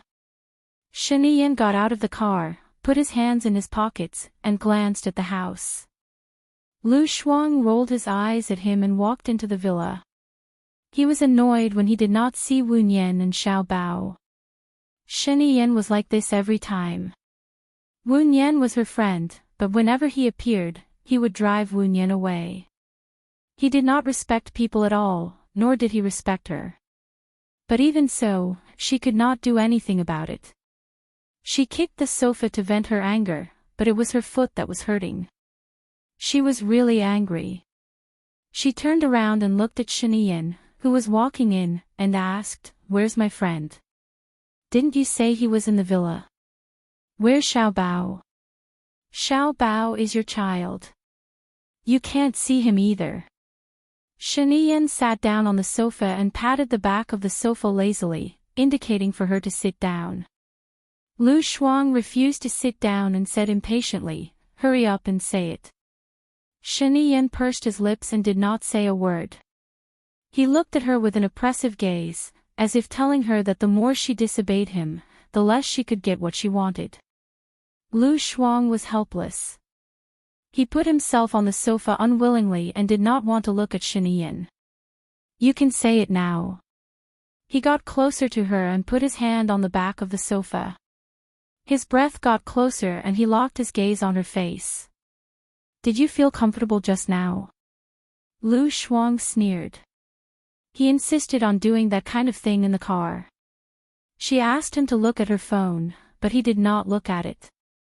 She was not willing to do it, and he wanted to fly to a place where Shen Yan could never find him. And he asked her if she felt comfortable. He. "Shouldn't I be the one asking if you're comfortable?" Lu Shuang said unhappily. Shen Yan smiled and looked at her with a burning gaze. Her voice was a little hoarse. "It's quite comfortable." Lu Shuang glared at him. This person was really thick-skinned. She had seen him since he was young, and he was bad from the beginning to the end. Why was she so unhappy? She was so angry that she curved her eyes and said with a smile, "President, your skills are not good enough. You need to improve." Ha ha ha. Shen Yan was not angry. Instead, she laughed arrogantly and held her hand. "Teach me then." Lu Shuang was speechless. She could teach him to sit on the toilet. Lu Shuang stopped talking. He pursed his lips and stared at Shen Yan. If looks could kill, Shen Yan would have died hundreds of times. He squeezed her hand. "Don't you want to know where your friend is?" Lu Shuang smiled bitterly. Shen Yan always knew her weakness. No matter how angry she was, how much she complained, and how much she hated her, it was useless. "I asked you, but you won't tell me." Lu Shuang said bitterly. His heart was sour and bitter. "Kiss me and I will tell you." Shen Yan smiled wickedly. She had been kissed by him forcefully before, but she had never taken the initiative to kiss him. She did not want to, and she was not willing to. "Don't ever say yes." Lu Shuang stood up and walked out. Shen Yan was helpless. She dashed forward and hugged her from behind. "You are so impatient. We haven't seen each other for a few days and you don't want to have a good time with me. You are only worried about your friend. If your friend is not a girl, I will definitely be jealous." Lu Shuang's eyes turned red. "You dealt with my friend the moment you appeared. I really don't know why I should have a good time with you. Shen Yan, you are so high and mighty now. Even if you do something wrong, no one will dare to blame you. But if you do this, don't expect me to treat you sincerely.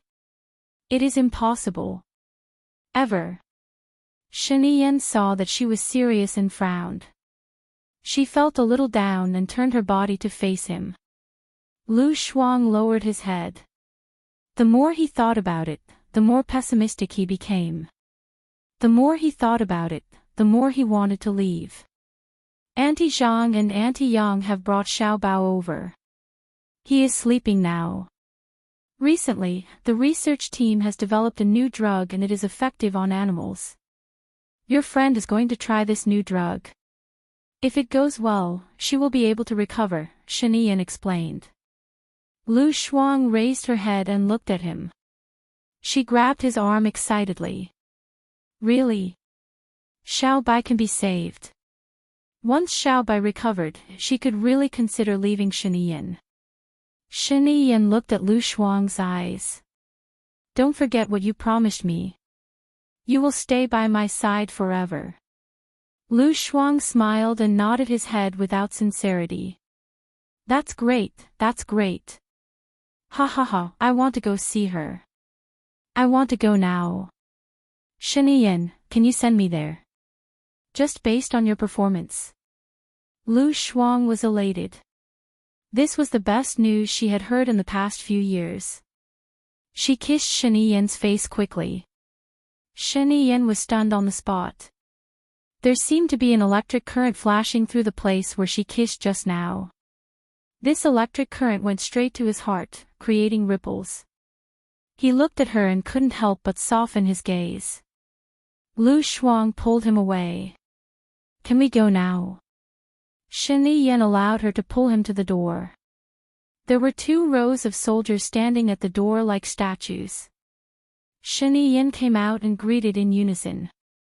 Good day, President. Shen Yi only had eyes for Lu Shuang. She didn't even nod her head. Lu Shuang pulled him to the front of the car and looked at him eagerly. Shen Yi chuckled. His eyes were still locked on her. She made a gesture and Onifu went forward to listen. Go to the research lab, Shen Yi ordered. Yes. Onifu immediately went to make arrangements. The driver opened the back door. Lu Shuang quickly got into the car. Shen Yi sat next to her. Onifu sat in the front passenger seat and the driver drove. Behind the car, there were 3 cars, all of which were personal guards. Lu Shuang craned his neck to look in front. She saw that the car didn't leave the manor. Instead, it went to the northernmost corner of the manor. There were 4 guards at the door of a house. She guessed that it was there. As soon as the car stopped, she opened the door and rushed over. But she was stopped by the guards. Lu Shuang turned around and looked at Shen Yi. Let her in. Shen Yi ordered. The guards immediately stopped and stood aside respectfully.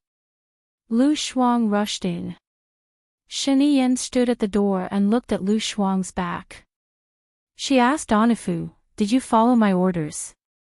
Yes. Onifu nodded respectfully. Shen Yi's eyes darkened. She nodded and walked to the research lab. Lu Shuang found Wu Nian lying on the white bed. He ran over happily. Shen Yi said that she developed the antidote. Is that true? I just injected it. I need to rest for 4 hours. I will draw my blood for testing after that, Wu Nian said calmly.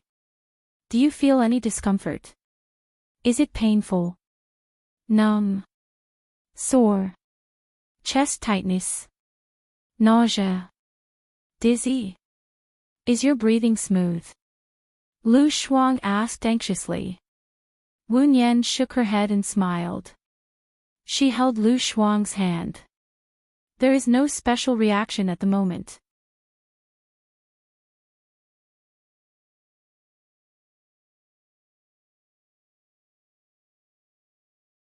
Chapter 345. Wu Nian knew what Lu Shuang meant. Lu Shuang advocated freedom the most. Because he loved freedom, he could leave the protection of his parents and rent a house outside.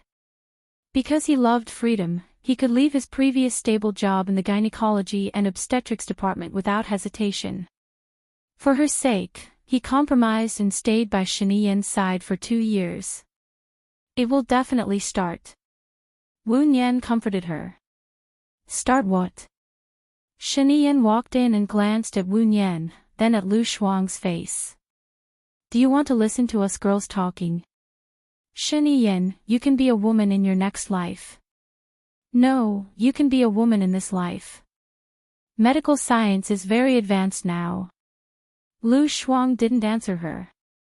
Shen Yi walked to her side and looked at her with drooping eyes. She said naturally, if I become a woman, what will you use in the future? Your fingers are not as effective as mine. Lu Shuang, her face instantly turned red. Shen Yi was too shameless. She said this in the crowd. Lu Shuang leaned against Wu Nian's bed lazily. He smiled and said slowly, Don't worry. It's hard to find a 2-legged toad with a wave of my hand, but it's easy to find a 2-legged man. Shen Yi's face instantly turned livid. She narrowed her eyes and said sternly, What did you say? Lu Shuang was angry when he saw her. Shen Yin was quite scary when she was angry, but she didn't want to show weakness. Are your ears bad? Shen Yin sneered. Don't worry. If I become a woman, I will definitely make you a man. I will let you work hard in the future. You are so naughty, and I am also very tired. I have to do physical and mental work, and I have to make you comfortable. Shen Yin's words became more and more flirtatious. She looked at Lu Shuang with burning eyes, full of possessiveness. Lu Shuang was not as thick-skinned as him. Get out. I want to chat with Wu Nian. I'll give you 1 hour.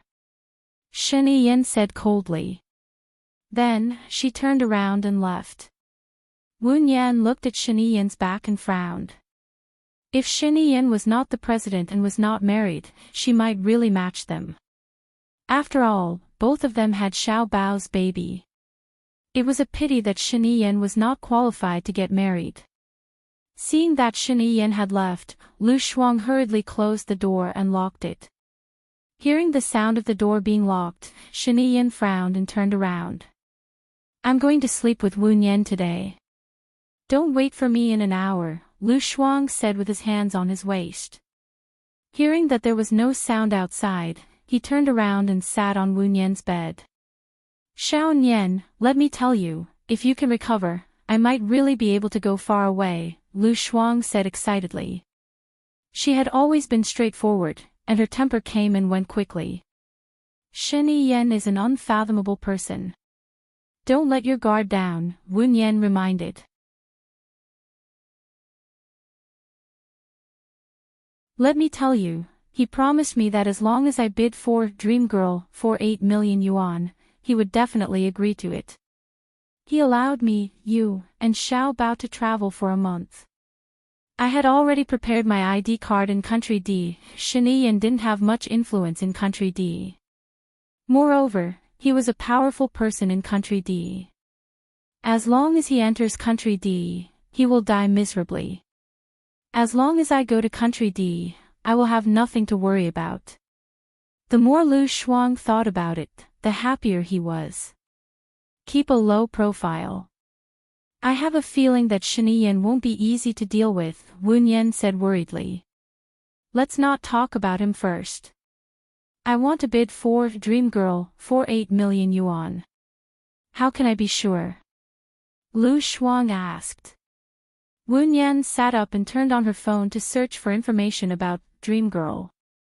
Dream Girl is an early work of the famous painter Stephen. It's about the daughter of a jewelry merchant in Country X. It's one of the representative works of abstract painting, Lu Shuang read and looked at Wu Nian. Wu Nian searched for Stephen again and found that one of his paintings had been sold for 700,000 yuan. It's only 700,000 yuan. 8 million should be enough, right? Lu Shuang asked uncertainly. Wu Nian didn't look relaxed. Shen Yin must have his reasons for paying 8 million yuan. The value of the work will soar. One of the reasons is that the painter is dead. Or, the value of the painting doesn't lie in the work itself. If you want to bid for it, you have to look at the meaning behind the painting. How can we know? How should we know? Lu Shuang was puzzled. She searched on her phone, is the painter Steve dead? Xiao Bai, look. Some netizens said that Stephen has disappeared for 2 years. He might really be dead. It's not concrete evidence. It's just a rumor. It can indeed increase the value of the work within a certain range. However, the gap from 700,000 to 8 million is too big. I think there must be another reason. When is the auction?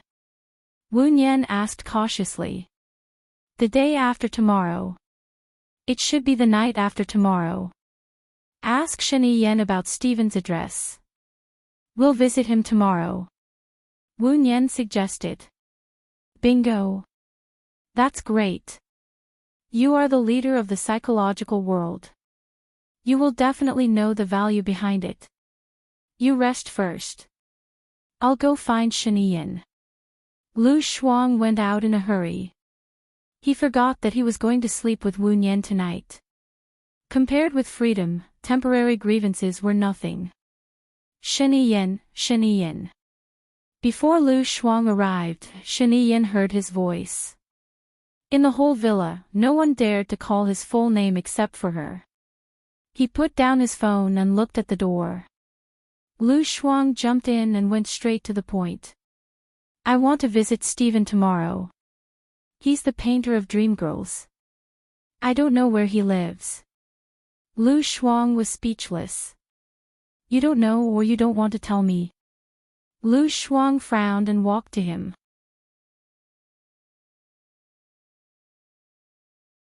Then why do you have to get dream girls?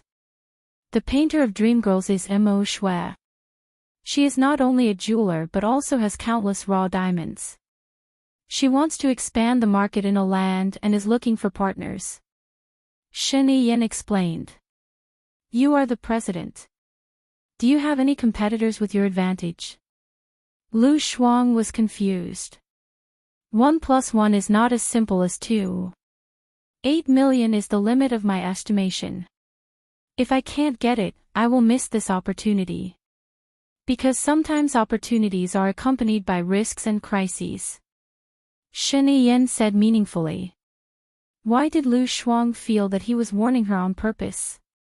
Then I'll go and talk to Wu Nian first. As soon as she turned around, she was picked up by Shen Yiyan.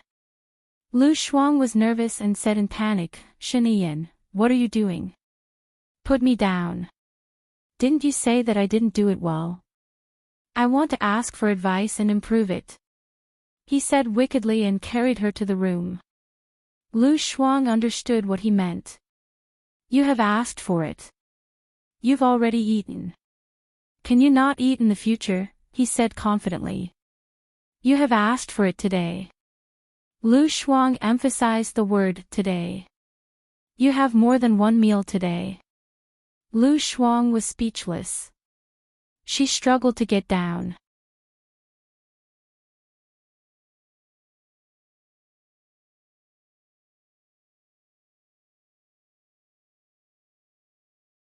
Chapter 346. The secret that I want to know. Lu Shuang was puzzled. What? I'm not in a good mood now. He smiled wickedly and put her on the bed. About you. Lu Shuang narrowed his eyes and asked tentatively.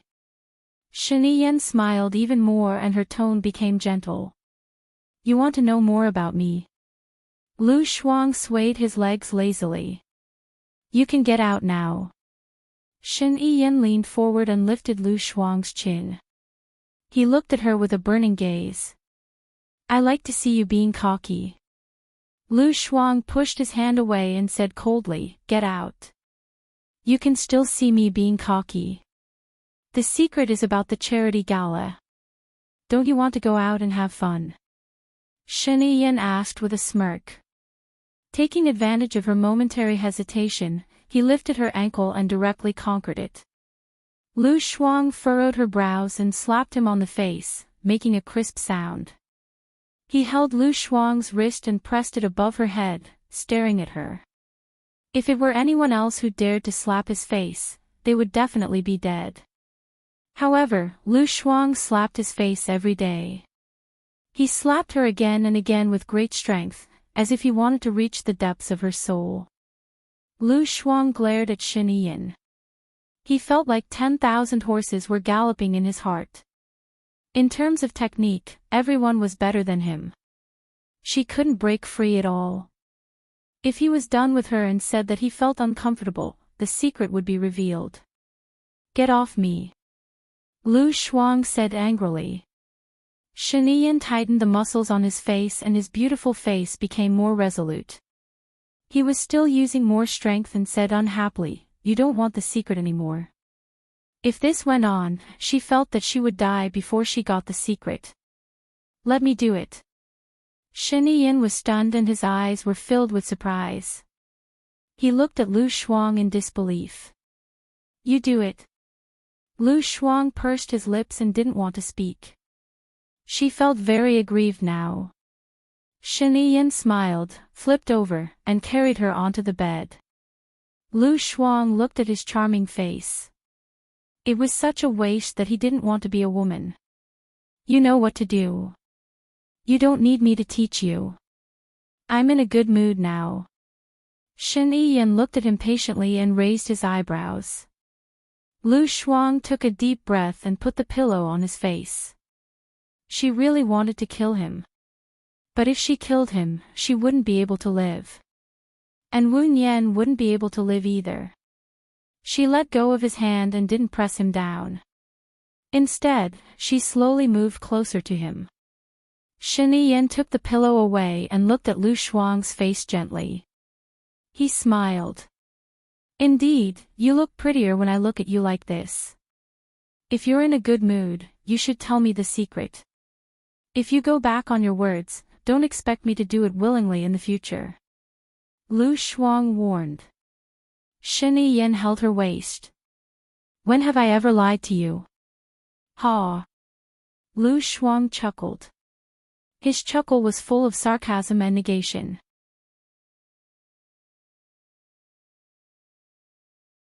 Shen Yiyan's honesty and credibility with her was zero. How could he be so thick-skinned to say that he had never lied to her? Shen Yiyan touched her nose. Focus. She didn't know if it was because Shen Yiyan had asked for it not long ago or if she was really not focused, but he still hadn't come out after half an hour. Her legs were sore and her muscles were stiff. She didn't want to move at all. So annoying. Even King Kong will feel tired. You must have taken too much medicine. It's so annoying. Lu Shuang complained. He couldn't take it anymore and lay down at the side. Shen Yiyan smiled happily and kissed her lips. It was his turn now. Lu Shuang fell asleep in a daze. After some time, he opened his eyes. The sky was already dark. What time is it now? Lu Shuang asked. Shen Yiyan was woken up by her. She took the phone from the bedside table and looked at it. 4:15. It's still early. Sleep a little more. It's already 4:15. What's Xiao Bai's condition now? You haven't told me your secret yet. Lu Shuang pushed Shen Yiyan. Shen Yiyan had no choice but to sit up and switch on the lights. He looked at her with sleepy eyes. Wu Nian's blood test is out. It's normal for now. I told you my secret last night. Didn't you hear me? Lu Shuang hit his shoulder. I was asleep. How could I hear you? Tell me later. Also, is Wu Nian going back to normal in the future? Shen Yiyan held her hand and looked into her eyes. He asked again, you promised me that if I could cure her, you would follow me for the rest of your life. Is that still valid? Of course. Lu Shuang said without hesitation. Shen Yiyan pursed his lips. The research this time was very successful. Wu Nian is already recovering. If there are no accidents, she should be back to normal. But, if you go back on your word, I will kill whoever I save. I will not show any mercy to you. Do you understand? Lu Shuang was in a daze. He nodded his head and felt a little flustered. If she were to leave, she would definitely bring Xiao Bai along. Shen Yiyan was a ruthless person. He would do something like this. Why? Are you flustered? Shen Yiyan's face darkened. He tightened his grip on her hand. Lu Shuang pulled his hand out and clenched his fists tightly. She should not feel guilty. Shen Yiyan was such a capable person. He would be able to tell if she was flustered. How can you be merciless to me? Lu Shuang asked. As long as you stay by my side obediently, I will give you a good life. Don't challenge me. I know what you care about most, such as Wu Nian, Xiao Bao, and your parents. Shen Yiyan hinted. Lu Shuang's heart became more and more desolate. What she wanted was never glory and splendor. What she wanted, Shen Yan could never give her. However, he did know where her weakness was. What is the secret you want to tell me? Lu Shuang changed the topic. Su Jiran and Gu Lingqing will be attending the auction tomorrow.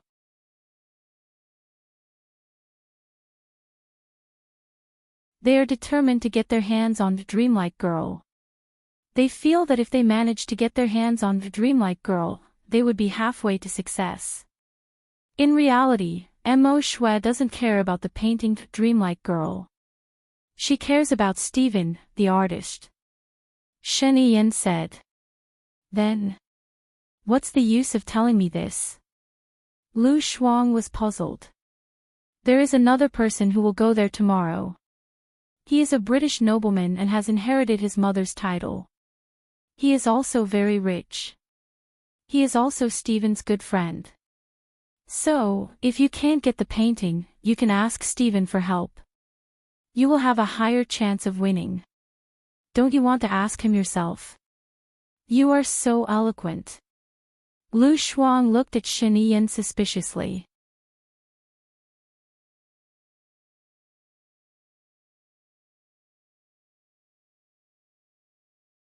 Chapter 347. Lu Shuang knew what Shen Yan was planning.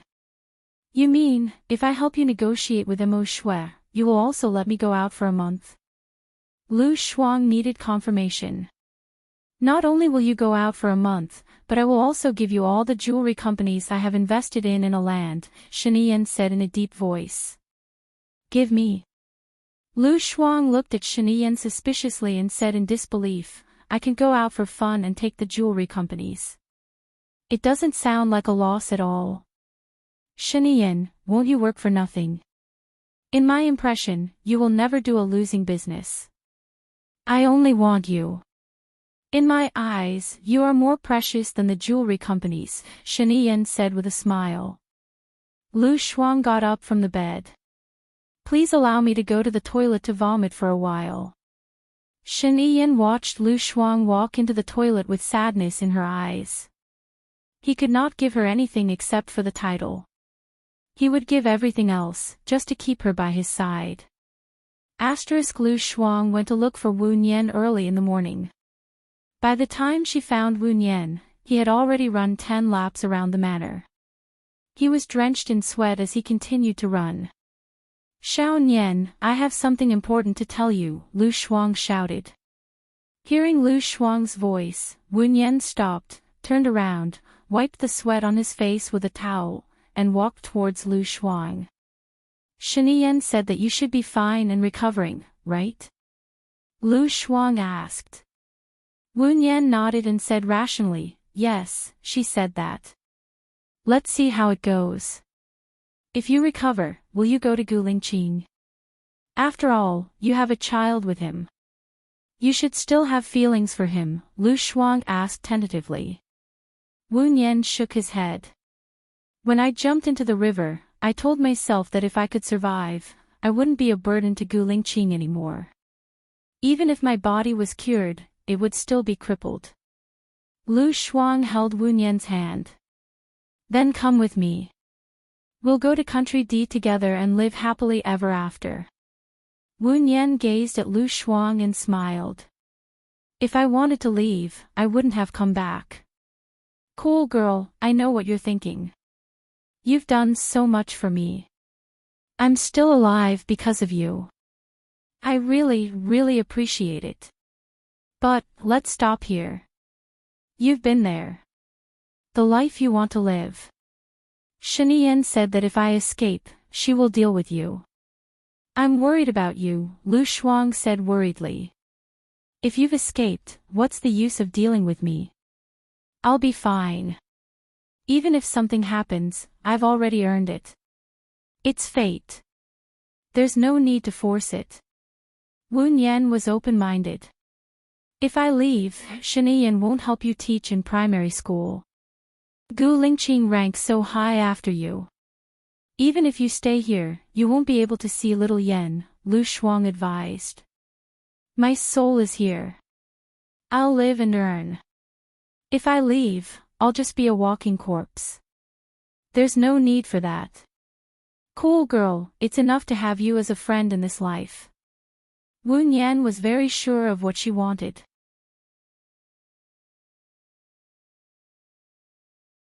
Lu Shuang lowered his head gloomily. She knew that she could never persuade Bai Ye, not in the past and not now. Before she left, she had to ensure the safety of Wu Nian and her family. She didn't know many people, and there weren't many big shots. The only one who could help her, no matter how she counted, seemed to be Gu Lingqing. After all, the current Gu Lingqing was rich, and in the past, Gu Lingqing almost became the president. I got it. By the way, there's one more thing I want to tell you. Today, Shinian told me that the man you saved on the plane yesterday is an Englishman named Alan. He's a good friend of the writer Stephen. Lu Shuang paused and said unconfidently, if you help Gu Lingqing, I'll do it. It doesn't matter. Gu Lingqing is doing business, and you are doing freedom. I will do my best to help you. What do you need me to do? Tell me. Wu Nian said straightforwardly. Shinian said that Gu Lingqing and Su Jiran are determined to get the painting to Dream Girl because they want to cooperate with Mo Shui and the jewelry industry in a land. However, what Mo Shui cares about most is not the painting, but the painter of the painting. Lu Shuang explained. I know what to do. Tomorrow, Gu Lingqing and Shinian will go, so I won't go. If you can't get the painting, give me Alan's contact number, and I'll contact him. Wu Nian got it immediately. I don't have Alan's phone number, but Shinian said that Alan will go tomorrow, too. Lu Shuang explained. Shinian must have it. Wu Nian was sure. In the evening, Shinian went back to China. Lu Shuang dreamed the whole night, and the dream and reality combined. She dreamed that she escaped and sat on a boat, watching Shinian stab a dagger into Wu Nian's heart. Wu Nian said to her with a smile, it doesn't matter. Live well. She cried in the dream. When she turned around, she saw her parents on the boat. Her mother said, we are safe. But she found that her father was gone. Shinian caught up with her and caught her father. Her father and Shinian fell into the sea together. She couldn't find her father no matter how hard she tried. She woke up crying. It was still dark. She looked at the time. It was 3:00 in the morning. She couldn't sleep. The dream was too real. She was afraid that if she left, she would have to pay with blood. She sat on the bed, curled up her feet, hugged her knees, and lowered her head to meditate. It was not until dawn that she finally picked up her phone and made a call. Hello, what's the matter? On the other end of the phone, Gu Lingqing's deep voice sounded. Gu Lingqing, this is Lu Shuang. I want to ask you something. If Bai Ye is still alive, but there is a very powerful force that wants to kill her. Can you protect her safety? This powerful force is beyond your imagination. Lu Shuang asked. No matter how powerful the force is, I will protect her with my life. Gu Lingqing said without thinking, but her voice was still cold. I will tell you Bai Ye's whereabouts. You must protect Bai Ye.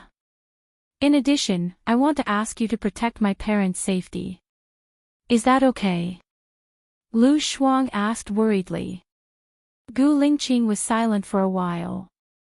Suspicion flashed in her eyes. You should ask Shinian for help. His force is not weaker than mine now. Back then, Bai Ye was infected with a virus and was forced to jump into the sea by Su Jiran. Even when she was fished out, she was unconscious and dying. At that time, I was saved by your people. Shinian found me and said that he could save Xiaobai, but he had to let me follow him. I was very worried about Xiaobai's safety, so I agreed to Shinian's condition and returned to Shinian's side. Shinian really saved Xiaobai.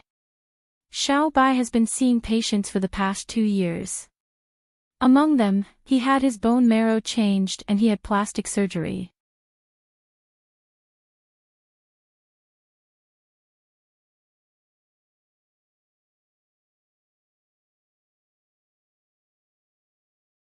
Chapter 348. Wu Nian. If she was Xiaoya, why didn't she tell me? The change of bone marrow means that her DNA has also changed, right? Gu Lingqing didn't believe it and asked. Xiao Bai said that he doesn't want to be a burden to you anymore, so he appeared in front of you with a new face, Lu Shuang explained. You don't want to be a burden. But she specifically came to my company to apply for a private tutoring position. Gu Lingqing still did not believe it. That's because Xiao Yan is her child. She missed her child.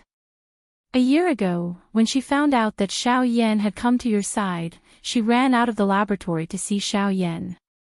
But at that time, she was rejected by the medicine, and the side effects were severe. She fainted not long after running. She had to change her bone marrow and blood to survive, Lu Shuang said anxiously. Why didn't you say it earlier or later? Why did you say it now? Do you think the time is ripe? Gu Lingqing said sarcastically. Lu Shuang could tell from his tone that he did not believe her. He got angry and raised his voice. That's because Shiniyan had just developed the antidote. Now that Xiao Bai is back to normal, I want to be free. However, Shiniyan threatened me that if I were to escape, the first person he would deal with would be Xiao Bai and my parents. Is that so? Why don't I mention another possibility? You are already Shiniyan's woman. So, you found a woman who is similar to Xiaoya and want to put her by my side. You want her to replace Xiaoya's position in my heart and control me, Gu Lingqing said coldly. Lu Shuang was about to explode. It's fine if you don't believe me, but you still doubt me. I'm sorry, I take back my words. Xiao Bai doesn't want to be with you, not because she's afraid of dragging you down, but because she doesn't like you at all. What did you say? Gu Lingqing's voice was as cold as ice. Isn't that so? Otherwise, why is Xiao Bai still unwilling to come to your side even though she has already detoxified the poison? You must have forgotten what you have done to her. You fired her for no reason and spoke rudely to her, slandering her. If I were Xiao Bai, I would also leave you. Get lost. Lu Shuang hung up the phone angrily. She smashed the phone on the bed. She must have been crazy to tell Gu Lingqing that Wu Nian was Xiao Bai and hoped that Gu Lingqing would protect Wu Nian. How could this be? Gu Lingqing didn't trust her at all, let alone Wu Nian. Now, Gu Lingqing's path was blocked. An idea flashed through Lu Shuang's mind. Isn't Alan a British nobleman? It's a hereditary title and his wealth is comparable to that of a country. Perhaps his influence in England is comparable to that of Gu Lingqing. If Aaron accepts Xiao Bai can bring Xiao Yan to rely on him. Xiao Bai might be able to live a happy life and not be as lonely as she is now. Bingo! She knew what to do now. Xiao Bai, Xiao Bai. Lu Shuang found Wu Nian, who was jogging again.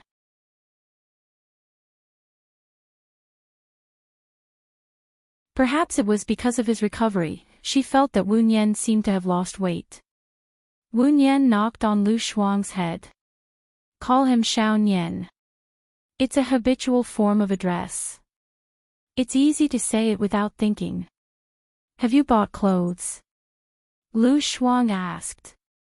I bought some yesterday, Wu Nian replied. I haven't bought any yet. Lu Shuang thought of the new clothes he was wearing and smiled awkwardly. Shiniyan asked his men to buy some for me, but I don't like them. Can you accompany me to buy them now? I'll take a shower and change my clothes to accompany you. Wu Nian agreed readily. They drove to the mall and had breakfast on the way. Lu Shuang bought a lot of beautiful clothes and even bought 2 for Wu Nian. They had lunch outside too. After lunch, Lu Shuang insisted on going to the beauty salon. He asked the stylist to cut Wu Nian's hair and dyed it a brownish yellow. "I think this hairstyle suits you very well. Your face is small to begin with. With this hairstyle, no one will doubt you if you say you're 23 years old," Lu Shuang said with satisfaction. Wu Nian stared at Lu Shuang. "You bought clothes for me and brought me to the beauty salon. You even rushed to pay before I did. You want me to attend the auction." Lu Shuang smiled and said honestly, "I really can't hide anything from your eyes.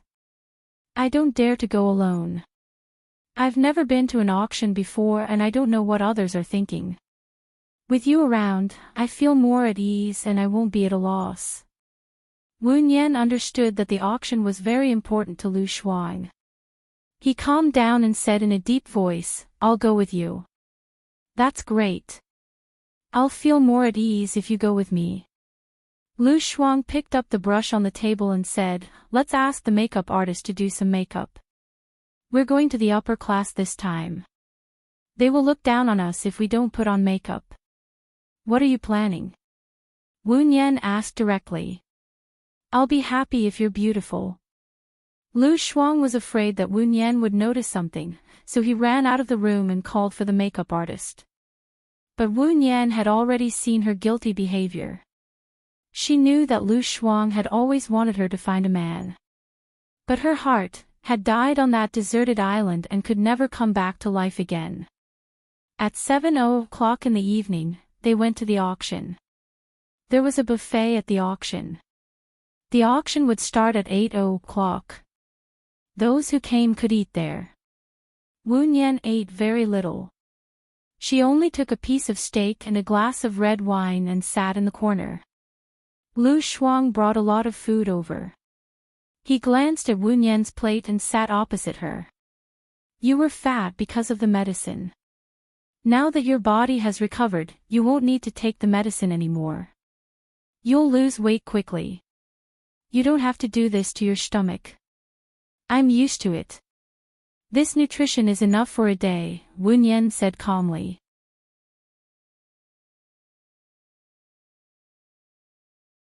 Lu Shuang glanced at the food on the table and felt guilty. He had been overeating because he wanted to get fat, which made Shiniyan despise him. She would be free soon, so she should not eat carelessly anymore. She only ate a piece of steak and learned from Wu Nian. She chewed it slowly and mixed it with red wine that could increase her metabolism. Wu Nian smiled at her and lowered her head to continue eating. She felt a shadow shrouding her. She looked up and saw Su Jiran. On the surface, he looked handsome, refined, and had a noble temperament. However, only the women around him knew his true nature. She looked away and continued eating, as if she did not want to talk to him. Su Jiran smiled wickedly and did not leave. He said gently, "I didn't expect to meet you here. I went to your hotel to look for you, but I couldn't find you." "So you're in country X," Wu Nian did not say anything and pretended that she did not hear him. Feeling awkward, Su Jiran cleared his throat and asked, "Can we get to know each other?" Wu Nian put down his cutlery and leaned back in his chair. He looked at Su Jiran. "I heard that you've slept with more than 100 women in the 3 years you've been married." Su Jiran paused and looked at Lu Shuang.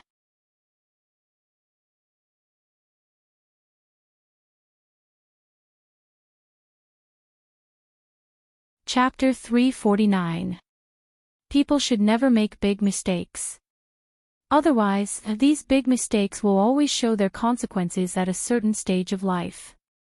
For example, now, Su Jiran couldn't explain it. After all, it was the truth, and it was the past that he wanted to erase the most. When you were young and frivolous, you didn't know how to cherish it. When you lost it, it was too late to regret. Really? Wu Nian stood up. Then you should repent, instead of chasing after women everywhere. Excuse me. Su Jiran's body moved along with her eyes. Looking at her back, he wanted to say something, but many words were choked in his throat. Hee hee. Lu Shuang laughed. Su Jiran looked at Lu Shuang unhappily. If everyone likes to gossip like you, I'm afraid you wouldn't be alive now. Let me correct you. I'm not gossiping. I'm speaking up for justice. I'm not slandering you. I'm telling the objective truth, okay? Then it's also the objective truth that you followed the married Shaniyan. It's also the objective truth that you have a child that can't be exposed to the public. If this matter is known by the president's wife, or if it is made public, what do you think will happen? Su Jiran said coldly. Lu Shuang's smile froze on his face. What he said was the most shameful thing for her. Do you think I want to? Lu Shuang looked at Su Jiran sharply. So, I hope you learn what to say and what not to say. Otherwise, don't blame me for giving you a taste of your own medicine next time. Su Jiran said coldly and turned around. Lu Shuang pursed his lips and gritted his teeth. It was because there were so many scumbags in the world that warm men were especially precious. She found Wu Nian outside the hotel. She was looking out of the window, thinking. Su Jiran is really annoying. Lu Shuang complained. Wu Nian didn't even turn his head as he said in a low voice, a scourge lives for 1,000 years. In the future, just stay away from him. Lu Shuang responded and followed Wu Nian's line of sight. It was an expensive Rolls-Royce. The driver, who was wearing white gloves, opened the car door. Gu Lingqing leaned forward and got out of the car. The Gundam stood upright outside the car. It seemed to have sensed someone looking at it, so it raised its head and looked upstairs. Do you think Gu Lingqing will see us? Lu Shuang asked. I don't know, Wu Nian replied. Gu Lingqing withdrew his gaze and walked towards the hotel. Wu Nian was still standing by the window.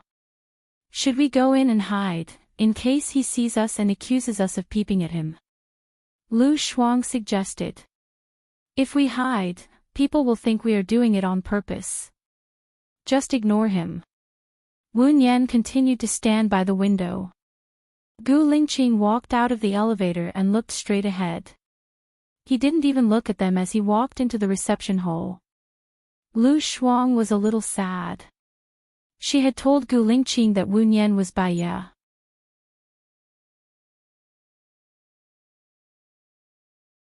He was even more mean and heartless than she had imagined. Gu Lingqing's eyes are on the top of his head. I told him. Lu Shuang immediately stopped and almost spilled the beans.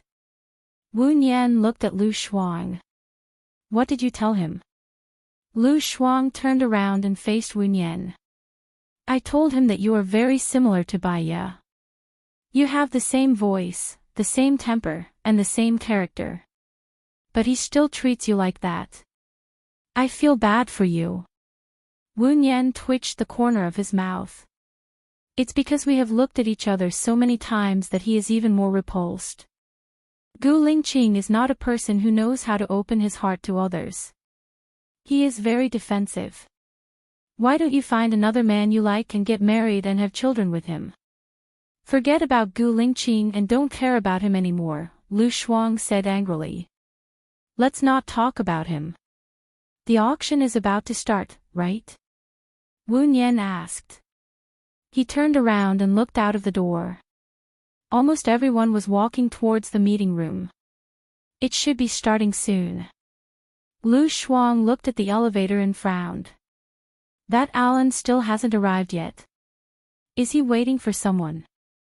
Wu Nian looked at Lu Shuang and asked. That Alan hasn't appeared yet. Will he not appear? Lu Shuang said worriedly. Will that Alan appear?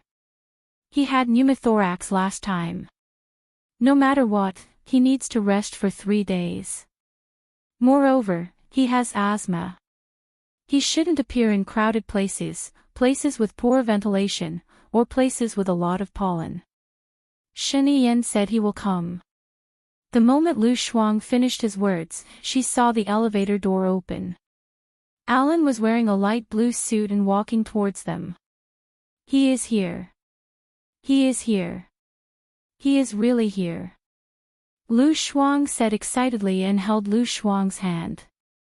Wu Yan glanced at Lu Shuang and then fixed her eyes on Alan. Alan stared at Wu Yan, the corners of his mouth slightly raised, his dark blue eyes not concealing his joy at seeing her. I didn't expect to meet you here. You said that the next time we meet, you'll give me your contact information. Lu Shuang looked at Wu Yan excitedly, but found that Wu Yan was still calm and indifferent. I am curious. Why did you risk your life to come here? Wu Yan asked coldly. There is something I want here. My grandmother asked me to get it for her, Alan explained. Does your grandmother not know about your physical condition? Wu Yan smiled, turned around and walked towards the meeting room. Lu Shuang looked at Aaron and then at Wu Yan. He followed behind Wu Yan. Aren't you going to ask him for his contact information? I'm sure Shiniyan has his contact information. If we can film the dream girl, there's no need to get to know another person. If we can't, it won't be too late to contact him then, Wu Yan said calmly. Lu Shuang pursed her lips and looked back regretfully. She was looking forward to Alan and Wu Yan's meeting. Wu Yan said that Gu Lingqing was very defensive.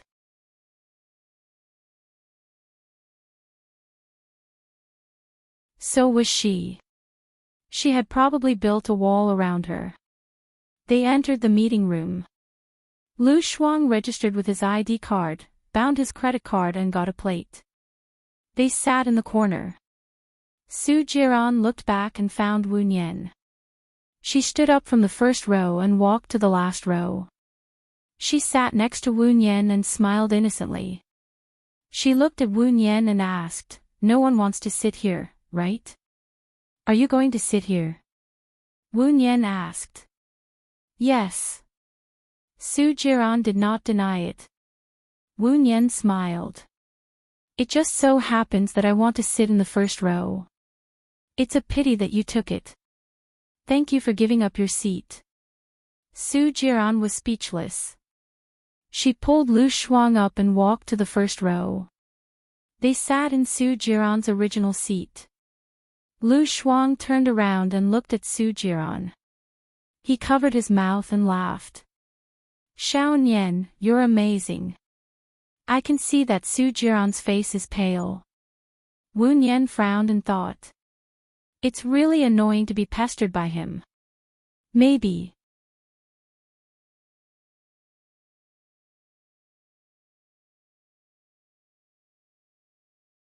Chapter 350.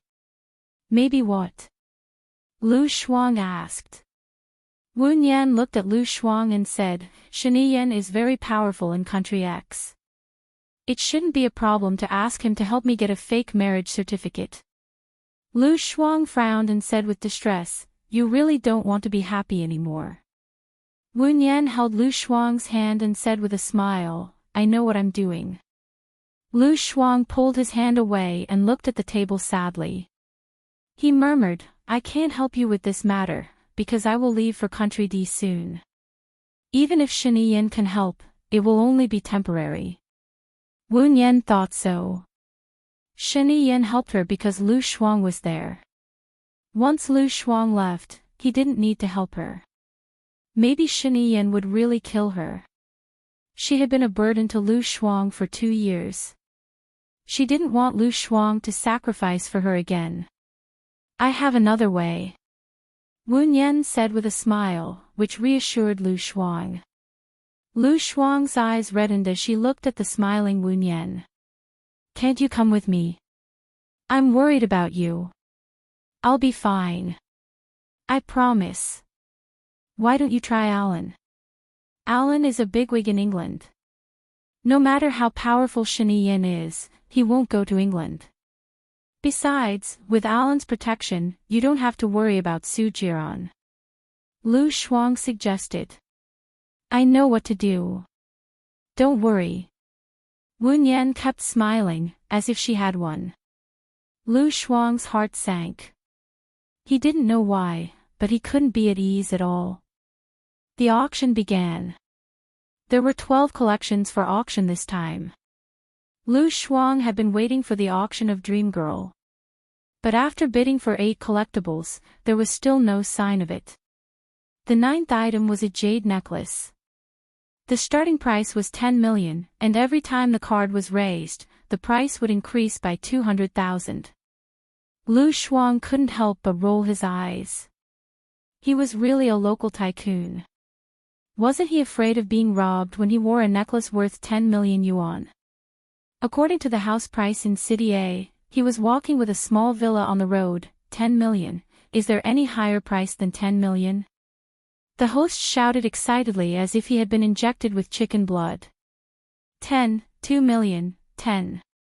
4 million. 13 million, 13 million once, 13 million twice, 13 million thrice. Congratulations, customer, you have obtained a jade necklace.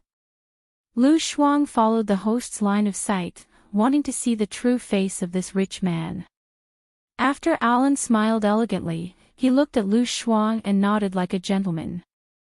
Lu Shuang squeezed Wen Yan and said in a low voice, Alan bought it. He is not just an ordinary rich man.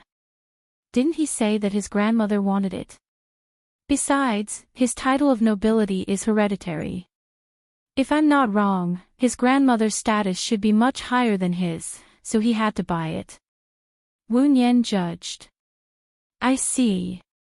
Lu Shuang understood. The painting Dream Girl was put at the end.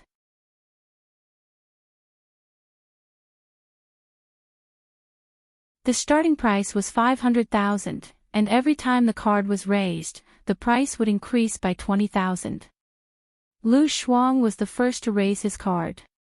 He said to Wen Yan, it doesn't look expensive. I have a budget of 10 million yuan, so I should be able to buy it. Wen Yan turned around and looked at Su Jiran. He had been staring at her with an evil smile, as if he was above the auction. Just raise the price to 8 million. Wen Yan said to Lu Shuang. Ah. Why? Lu Shuang was puzzled. Some people are here specifically for the painting Dreamlike Girl, but before they come, they should have a price in mind. You can directly raise the price to $8 million and see if anyone follows. Then, you will know if you can get the painting or not, Wen Yan analyzed. Lu Shuang trusted Wen Yan's judgment. He raised his card and said loudly, I bid 8 million. 8 million. The host was shocked and stunned for a moment. Then, he shouted excitedly, 8 million, anyone else? 8 million going once. That gentleman bid 8,020,000. 8,020,000, 8,020,000, anyone else?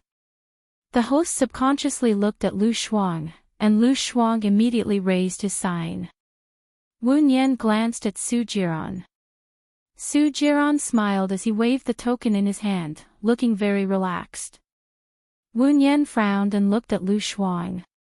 10 million. Ah. I don't have any more after 10 million. Shouldn't I increase the price bit by bit? Lu Shuang had a bad feeling. She might lose the chance to win Dreamlike Girl. What if someone bids 20,000 more than you? Wen Yan said in a low voice.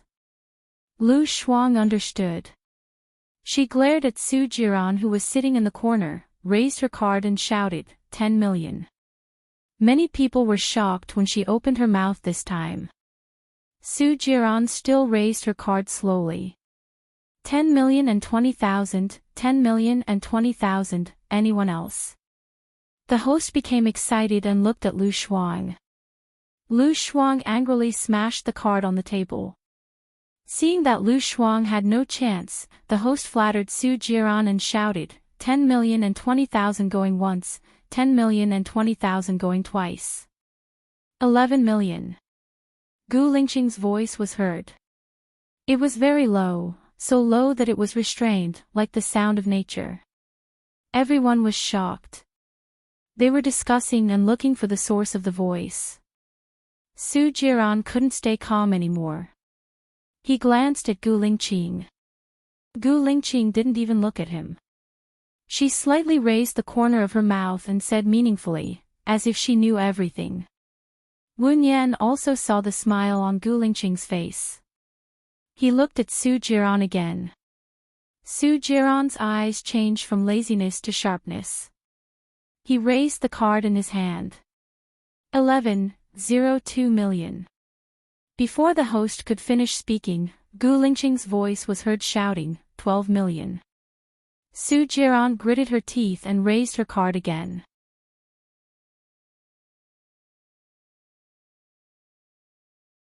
$12,020,000. The host announced. Everyone's eyes were on Gu Lingqing. 13 million. Gu Lingqing said in a light and breezy manner. Su Jiran clenched her fist and hesitated. Are Gu Lingqing and Su Jiran going to fight to the death? Lu Shuang asked Wen Yan. Wen Yan looked at Gu Lingqing's expressionless face. She had never seen him clearly. He was good at hiding his emotions. Therefore, she couldn't see through Gu Lingqing's thoughts. 13 million going once, 13 million going twice, 13 million, Su Jiran shouted at the last moment, 14 million. 15 million. Gu Lingqing shouted immediately. Su Jiran sneered. He slammed the card on the table and stood up. He shouted to Gu Lingqing, 16 million. The host was shocked. She looked at Gu Lingqing. The audience was silent. Gu Lingqing also stood up. He gathered his clothes and looked at Su Jiran. He said meaningfully, winning doesn't mean winning. Losing doesn't mean losing either. Thank you. Su Jiran frowned. What do you mean? You're tuning into the Dreamy Chapters YouTube channel. We're so grateful for your support, and don't forget to subscribe to join us on this incredible journey through captivating stories. Your generosity through donations truly makes a world of difference, as it's the primary source of revenue that allows me to expand and enhance this channel for you. Thank you from the bottom of my heart for being a part of this adventure.